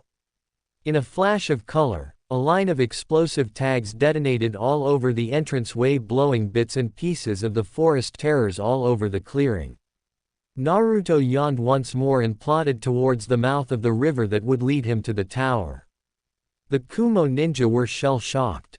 They couldn't move. This guy was insane. He just killed those man-eating things without batting an eye. They froze up even further when he glanced in their direction and winked. He turned his back and they heard a, "Now then," where'd Anko ne say the tower was again. There was a small rustle of leaves and the team leader turned to his teammates startled. They'd fallen out of the tree. Naruto's laughter followed them through the trees. Kakashi scratched his head as he watched Sasuke struggle to defeat a Konoha genin who had nothing going for him except his chakra hand of doom. Talk about a one-trick pony. Every time he glanced at the guy he envisioned almost 100 different ways to kill him with ease, and none of them required the Chidori. He sighed and angled his head away from the match. He knew he couldn't put them on Naruto's level, but it was becoming hard to make that differentiation. They were the same age and had come from backgrounds far better than his, and yet Naruto picked up things as if they were made for him. His body and mind guided him when his intellect couldn't. It was almost as if the instincts were ingrained into his DNA. He caught Anko's eye as she grinned knowingly at him. Did she begin to think that she knew what he was thinking about? Yeah, right, as if anyone could do that. He gave her his trademark eye smile and she pouted and turned back to the fight. Sasuke ducked low but fell for an obvious feint. His enemy slammed him into the ground courtesy of a heavy trip and gripped his face with a glowing palm. Kakashi groaned in annoyance. His student was acting like an amateur and his two teammates were acting like idiots. One was screaming about how it wasn't right to touch a hair on an Uchiha's head whilst the other seemed to be staring at a more dubious location of the two contestants down in the arena. One of these days they would run into a team that would recognize him as their Junin sensei and he'd have all sorts of bad stuff staining his legend. The crowd gasped and the ex-Anbu captain pulled his hand away to find his student up in the air already slamming a kick home into the side of his enemy. Sasuke froze midway and a ripple of dark purple chakra filled the room. Kakashi stared, quickly turning to look at the proctor's podium. Anko had faced the Hokage and was speaking to him in a hurried, hushed tone. The Sandaime shook his head and motioned to one of the Chunin helpers. The male checked his clipboard before shaking his head as well. It was then that Kakashi saw Hiruzen look up and stare directly at him. He raised 3 fingers, cocked them into a cross shape and then dropped them towards the floor. Kakashi understood the message instantly. S3, Kage Bunshin, downstairs now. He was out of the room in a heartbeat. What was that? Sarutobi tucked his pipe into a pocket in his robes and turned his back on the two Junin. Anko exchanged a glance with her friend. No way, it couldn't be. Anko, tell Kakashi what you told me. She glanced at him nervously, almost afraid to speak, but then she pulled herself together and squared her shoulders. You heard about the infiltration, right? He nodded. Sure. The Chunin were working up a frenzy over it. Anko nodded sharply. It was Orochimaru. We think he placed the Ten-no Juin on Uchiha Sasuke whilst in the forest. Kakashi remained silent for a while, head down as he contemplated the latest development. Orochimaru. Here. It didn't make any sense. If he was the person who got past the security bubble, it would explain why they hadn't detected anything, but still. Wait. That can't be his only goal. He wouldn't risk something like that just to seal Sasuke. Sandaime turned back to them with a grave look in his eye. Exactly. That's why we need to question Sasuke-san and find out what happened. According to Anko, Naruto-kun encountered him as well. Kakashi balked. Really? A-, and how did that turn out? Anko laughed at his expression beneath his mask. It was really weird and she could tell by the way the fabric stretched in really awkward ways. Maybe he covered his face to hide how animated he was. Hey, old Snake Face had a crash course in a crashin' course.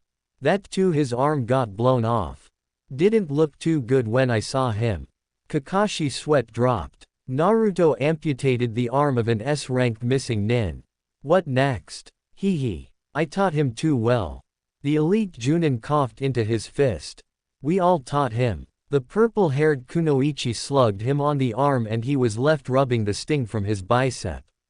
So, what happened? Well, I was monitoring the exam. She winked casually at the Cyclops and he smirked. Crystal ball, I saw Ruto getting into a fight with him, so I rushed in as fast as I could. Turns out I wasn't really needed and Orochimaru took off before I could get to him. Naruto was a bit beat up when I found him, but he pointed me in the right direction and I went to catch up with the slime ball. Kakashi's eyes widened. You abandoned him. Anko gave a start. It wasn't a question. You just left him there. He had just fought one of the most notorious shinobi in the world and you turned your back on him. The Sandaime realized where this was going and attempted to intervene. Wait, Kakashi. No, you wait. What the hell were you thinking? Anko stood stock still, her mouth open in shock. She'd never seen the Sharingan wielder this angry before, not once in her life. He wasn't just angry, he was furious. His hands were clenched and what little of his face she could see was turning red. It's not what you think. I was going after Orochi. Don't give me that, Anko. You left him all alone when he was hurt. He calls you his sister. She shrank back at the accusation. She didn't know how to respond. Ever since Shisui had been rendered comatose and Naruto had closed in on himself, their dynamic was falling apart. They were quick to anger and Kakashi was displaying that Shisui's injury had affected him far more than he let on. Enough. Kakashi, you can save your misgivings for later. For now, we must focus on what to do with Uchiha Sasuke. He glared at her a while longer but then relaxed his stance, although his eyes still held the same steel as when he'd shouted at her. What was wrong with him? Why did he react like that? When his match is over, I'll take him down to the basement and counter-seal the Ten no Juin. Sarutobi glanced at Anko, but she had her head down. Are you sure you can handle it alone? Jiraiya-kun is back so I can always ask him. Kakashi shook his head and replied with an emphatic, "Hi. Here is inside." It seemed as if Naruto was the centerpiece to everything these days. He couldn't even relax anymore with all the stuff happening around him. It was like trying to look after an unruly cub that always looks for fights against animals bigger and stronger than himself. Alright, that's what we'll do. Let's get back up there. Alright, that should do it. Hang in there for a second, it should be over quickly. Sasuke closed his eyes in anticipation and Kakashi could feel the slight vibe of anxiety from his tensed posture on the cold concrete floor of the basement within the tower of Training Arena 44. He was about to begin the seals for the Fuyahuan when something unexpected happened. Yo Kakashi. The elite Junin jumped. He was just so pent up with what had happened that day that the voice echoing so loud in his ear within the depths of such an out-of-the-way location surprised him far more than it should have. His whole body shivered as he leapt almost a foot into the air. Naruto. What the hell are you doing down here? Naruto cackled loudly as he pointed a shaking finger at his friend. Ha ha ha ha ha. I scared you. Ah ha ha ha ha ha. Kakashi could only stare at him, nonplussed. He looked like he'd just walked out of a hurricane. His hair was tousled and windswept, his clothes torn and ripped in a multitude of places. He had small slices etched into his skin that appeared to have scabbed over. It didn't miss Kakashi's notice that the back of his black muscle t-shirt seemed to be singed. "So, what are you doing down here?" Naruto walked up to the two shinobi. Sasuke's eyes had snapped open and he was glaring at the blonde with such hate that if looks could kill, Naruto would have been dead many times over. "Hey, what's got your panties in a bunch? You're still wearing them, right?" Sasuke balked but quickly overcame his shock at the reference to the gender-changing seal that was forced on him during his genin exam. Naruto winked when the youngest Uchiha's glare returned full force. "Actually, I heard you were doing some sealing down here, so I came to help." Kakashi's eyes widened. "You know how to do the Fuyahuan." "What?" The ex-Anbu captain sighed. He shouldn't have expected such a high-level technique from the boy anyway. It seemed as if he was holding his sensei's legacy on a pinnacle that was unreasonable. "This seal," Kakashi indicated with a lazy gesture, "is called the Fuyahuan. It isolates seals based on the wearer's will and can control the seal beneath it." "Oh, sounds great." Sasuke's glare intensified. "There's no way I'll let you near my body with a paintbrush for a 1-mile radius." Naruto grinned slyly at the Uchiha. "Oh, but I can help. I'm pretty good with seals, ya, no."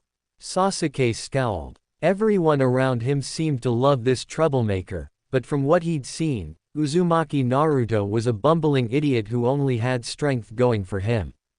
Who would test out new seals on people? "Anyway, see, I have this new seal I wanted to try out and this is the best time to do it. Didn't I just tell you that you're not coming near me with a Gurk?" Sasuke slumped forward, unconscious, with Naruto smiling innocently, his hand still raised from the knockout strike he'd driven into the black-haired boy's collarbone. Kakashi's sweat dropped. "Naruto, there's nothing you can do here. Seriously. Just let me handle this." He pouted and turned away. Kakashi quickly finished the hand seals before Konoha Jinchuriki regained interest.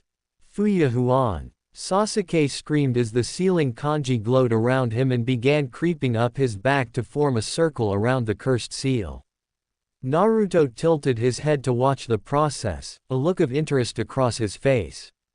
After a few seconds, the glow dissipated and Sasuke slumped forward.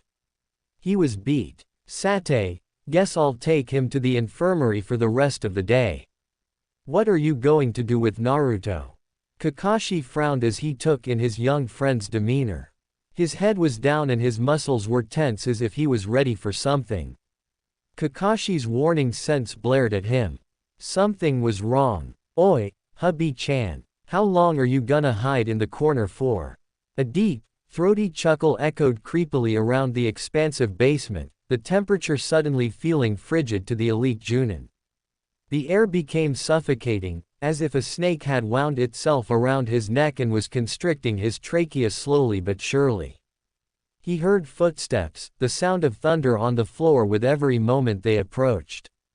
Kakashi's head whirled around to stare at the dangerous missing nin as he melted from the shadows between two concrete pillars a few meters away. It was Orochimaru. "Who invited you? Wasn't your arm a big enough hint that you're not welcome?" Kakashi didn't know what was scarier, Naruto's total disrespect of one of the most volatile shinobi on the continent, or the look of utter hatred that was directed at him by the traitor. "Your wit precedes you, child. Maybe I need to teach you another lesson. My curriculum from yesterday seems to have been ignored." Kakashi planted his feet, his left arm reached up to grab the wrist of his right. He was ready to power up a Reikiri at a moment's notice. Orochimaru. He was clad in a standard shinobi's outfit, a dull gray, generic vest with standard blue trousers and metal-backed, fingerless gloves. His fang-shaped earring dangled from his right ear, but there was no sign of a Hittite anywhere on his person. The genius of the legendary three raised an inverted palm. His sight slid over to the one-eyed Sharingan user like a serpent tracking its prey.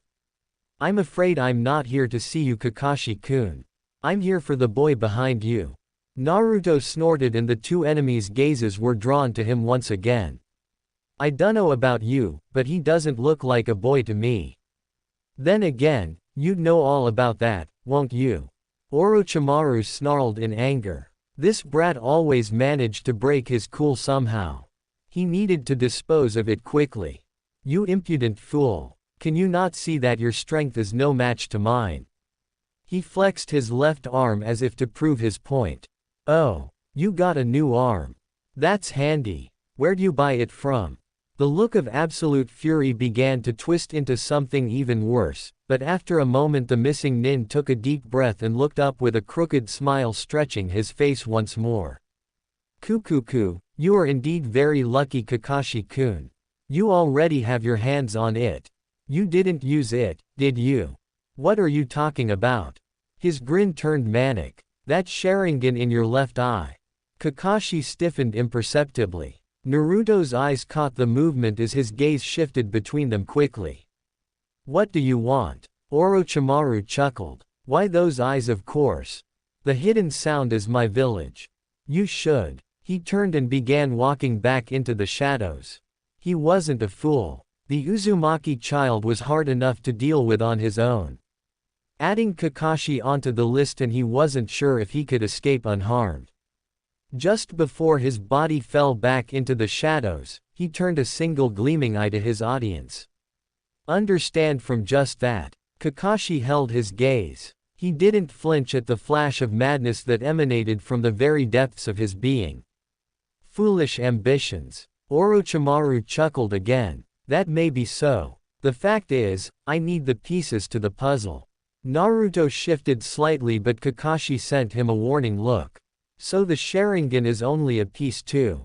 Orochimaru threw back his head and laughed a chilling laugh. His hair fluttered about his cranium and settled above his eyes, which did nothing to prevent the insane glow from peeking out behind them. That and my little genin upstairs. They're nothing but my pawns. His eyes squinted slightly into a defiant look of confidence. Sasuke will seek me out for power, for that is what lies within his heart. He's an avenger. Itachi saw to that. He was startled by the laughter that tore from the mouth of the blonde-haired Jinchuriki, and for a moment, the shock was evident on his face. Man, you're dumb, aren't you, hubby-chan? You think Sasuke's gonna come to you just 'cause of what happened when his family died? Looks like you're getting too old. Or did I bust you up too badly back then? Orochimaru stared at him intensely. Could it be true? Was there something he was missing? It wasn't possible. The only other Uchiha that had lived was his cousin Shisui. His spies had made sure to relay every bit of information that they found. He couldn't be wrong, not now, not so late in the game. Where was this foolish insurance coming from for the Kyuubi's vessel to make such a bold claim? He shook himself mentally. It was a bluff, a psychological game to throw him off. For some reason he couldn't get rid of Kakashi's look of surprise from Jinchuriki's statement. Without a word, he slipped into the darkness once again. And let me remind you, hubby-chan. You dare touch Shisui and we're gonna kill you. Only silence followed his threat. The fifth match, 10-10 versus Tamari. Would the two contestants please enter the arena? The brown-haired weapons mistress stared down into the ring confidently. She wouldn't lose, especially not to Asuna Genin. She glanced up to see an equally confident blonde-haired girl with her hair done up in 4 pigtails, plod down the stairs calmly, a fan almost as large as her body attached to her back. Fans usually meant wind chakra, and Fuden techniques were one of her weaknesses. Then again, there was no telling how well the girl could use the unwieldy weapon in the first place. She didn't waste any time getting to the arena floor. She nodded at Lee's exuberant calls for her assured victory and the calculating look Neji pierced her with. She shrugged off the thumbs up bestowed by her sensei. That was corny. She shivered as the air of the vast chamber swept over her form. She felt so insignificant in a room so big with the audience gazing down on her. This wasn't how shinobi were meant to battle. It was cloak and dagger stuff, not a competition for the masses. The rules are the same as I mentioned earlier. You can do whatever I want and you win if you knock your opponent out or I step in. Gecko Hayate coughed into his hand before continuing. My decisions are final. If you don't stop when I tell you. He coughed again, this time harsher than before. I will step in and stop you myself. Ten nodded in acceptance and turned to see her opponent studying her with steel blue eyes. The color wasn't as vibrant as Naruto's, she lacked the same joy and sparkle that his delphinium depths possessed. The girl, Tamari, smirked at her as if victory was already decided. The proctor's arm fell and the match began with a simple command. Almost immediately, the spectators fell silent. Ten regarded her opponent nervously. It was true that wind was her biggest weakness, but that all depended on the fact that she actually could use elemental ninjutsu in the first place. She wouldn't put it past the Suna nin to carry weapons as a sort of fake threat. At any rate, she couldn't allow her fellow kunoichi to set the pace of the fight. Ten snapped her arms out, flinging two kunai with precision at her opponent. Tamari grinned sadistically, slamming the base of the fan to the floor without blinking an eye. The deadly daggers bounced harmlessly off of the metal ridge with a small ping. Pathetic. I won't even have to open this to defeat you. Ten glared with all her might. How dare she bait her like that? If she wanted a fight so badly, she'd be happy to oblige. Without missing a beat, she sprang forward, a puff of smoke heralding the arrival of a sleek, white katana in the fist of her right hand. She jumped into a crouching stance, the blade held parallel to the ground, and began stalking her prey. For now, the floor was hers, she would see if the Suna genin could hold up to her words. In an instant, she was in front of her, arms swinging in a deadly arc of biting steel. The clang of metal on metal rattled her teeth and she looked up in shock.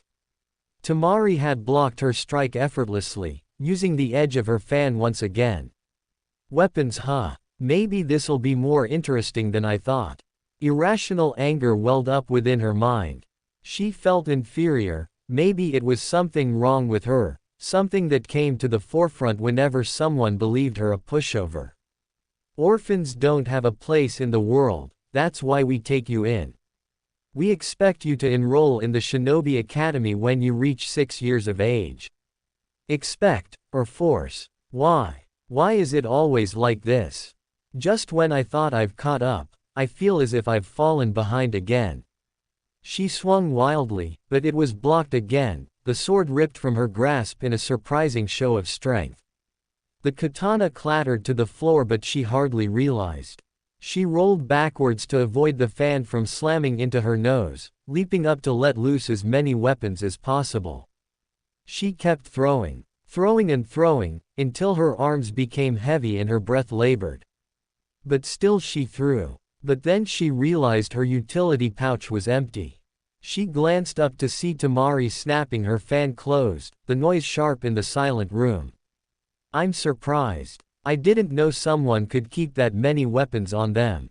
I actually had to open my fan. We'll put you in the orphanage.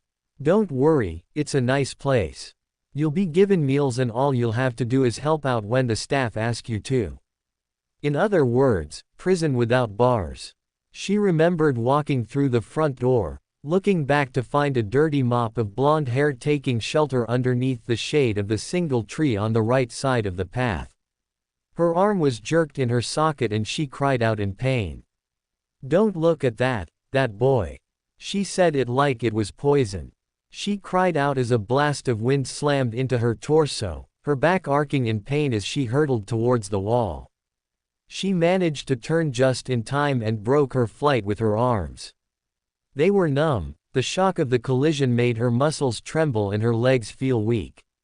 She felt dizzy beyond anything she had felt before. She raised her eyes to her enemy. She stared into the light blue gaze that held such contempt for her. Yeah, this is 10. She loves all your swords and stuff. They're blue, but not blue. She shouted out her challenge, her weapon scrolls unfurling around her as she leapt into the air once more. Her hands blurred as she flung weapon after weapon at blinding speeds, the deadly Sushoryu that Naoto-san had taught her, raising its deadly head. The storm of metal cleared and her opponent still stood. Not yet. Her fingers twitched, chakra strings becoming taut as she redirected them at her foe once more. She only had time to see Temari wince in pain and anger as a shuriken sliced her arm. She pulled her fan fully open. What followed was blurry to 10-10. She was hit by something so big that she was thrown around the arena like a ragdoll. She didn't know how many times she hit something solid, but when she opened her eyes to the spinning concrete, she was on the floor. She had no more weapons, nothing she could use, no last move to defeat her enemies. Was this the extent of her power, the limit to her skills? She raised a shaky hand to her waist to clutch at an aching pain on her hip. Her hand brushed something smooth and solid. Trembling, she pulled it from her belt. Metal flashed in the bright white lights attached to the ceiling of the arena. The blade bounced before settling a hand span from her face. You like pointy things, right? I thought you would like them 'cause it's pointy, see? It was the dagger Naruto had given her for her 9th birthday. She had never mentioned it to him, but it had been the first birthday she had celebrated. The first birthday she had ever received was a gift. The emerald dragon looked as if it was considering her, whether she was worthy of wielding it or not. It flashed as she turned her head to look at it fully. It hadn't changed, it was still the most beautiful blade she had seen in her life. The hilt was crafted from varnished mahogany, so expertly, that it looked more like brown ceramic than the wood it actually was. Those are the bunshin, kawarimi and henge techniques. I've already learnt them, so you can go ahead and keep them, although I could never pull off the bunshin. Maybe you'll be able to do it. That's right, she knew more than this. She knew different ninjutsu too. She pushed herself to her feet, staggering but then steadying herself by placing a hand on the wall. She reached down for the dagger, pausing when she was about to pick it up. Why was she hesitating? I can't trust you, not with this. He'd said those words with pain in his eyes, and she realized it now. She'd hurt him far more than he'd hurt her. Up till now, her apology hadn't seemed genuine, but now it was different. Should I be trusted with this? When the fight had broken out, the audience had begun shouting. It had melded in with the beating of her heart and the scream of her knives. But now she realized that the crowd had gone silent once again. What was happening? Was the match over? Had she lost? Where was the proctor? I don't deserve this. Look at her, staring at me like that. I'm losing because I don't have anything else to go on. I'm just weak. She felt a small displacement of air behind her, almost as if someone had placed a hand on her shoulder. I know better than anyone who you really are. Why aren't you usin any jutsu? What happened to all those scrolls one lent you? Her head spun so fast that she felt it click. There was nothing there, but it had been Naruto's voice. She felt something well up inside her heart, an ironclad resolve so strong that it enveloped her in a feeling of such strength that her fatigue almost completely disappeared. I will do this. I will win, and I won't hold back anymore. She sprang up, racing for the center of the arena. She burst forth from the cloud of smoke hanging in the air, the furling gray conforming to her body as she blossomed from the swirling gas. Her hands whipped through hand seals. What was Win's natural weakness? Fire. Kaiten. Goukakyu no jutsu. The crowd roared into life as a ball of fire exploded towards Suna Kunoichi. She didn't react for a second, and it was for that reason that she lost. The shock of seeing her opponent releasing a deadly jutsu just moments after being floored by her strongest technique. She could still make it in time. Temari snapped her fan completely open and swung it in a full circle. She was too late. With a large boom, the arena shook as the ball of flame engulfed her in a roaring abyss. The audience screamed. She could hear Lee and her sensei shouting something. Kunoichi's teammate was saying something too, but nothing was complying within her mind. The room froze when in a burst of smoke, a certain blonde-haired stand-in proctor appeared crouched at the center of the arena. The fireball simply winked out, revealing the unconscious form of a smoking pig-tailed blonde. Yo Gigi. So friends, this was episode 1 of this fun and chaotic story. If you enjoyed it and want the next episode soon, make sure to like, share, and subscribe to the channel.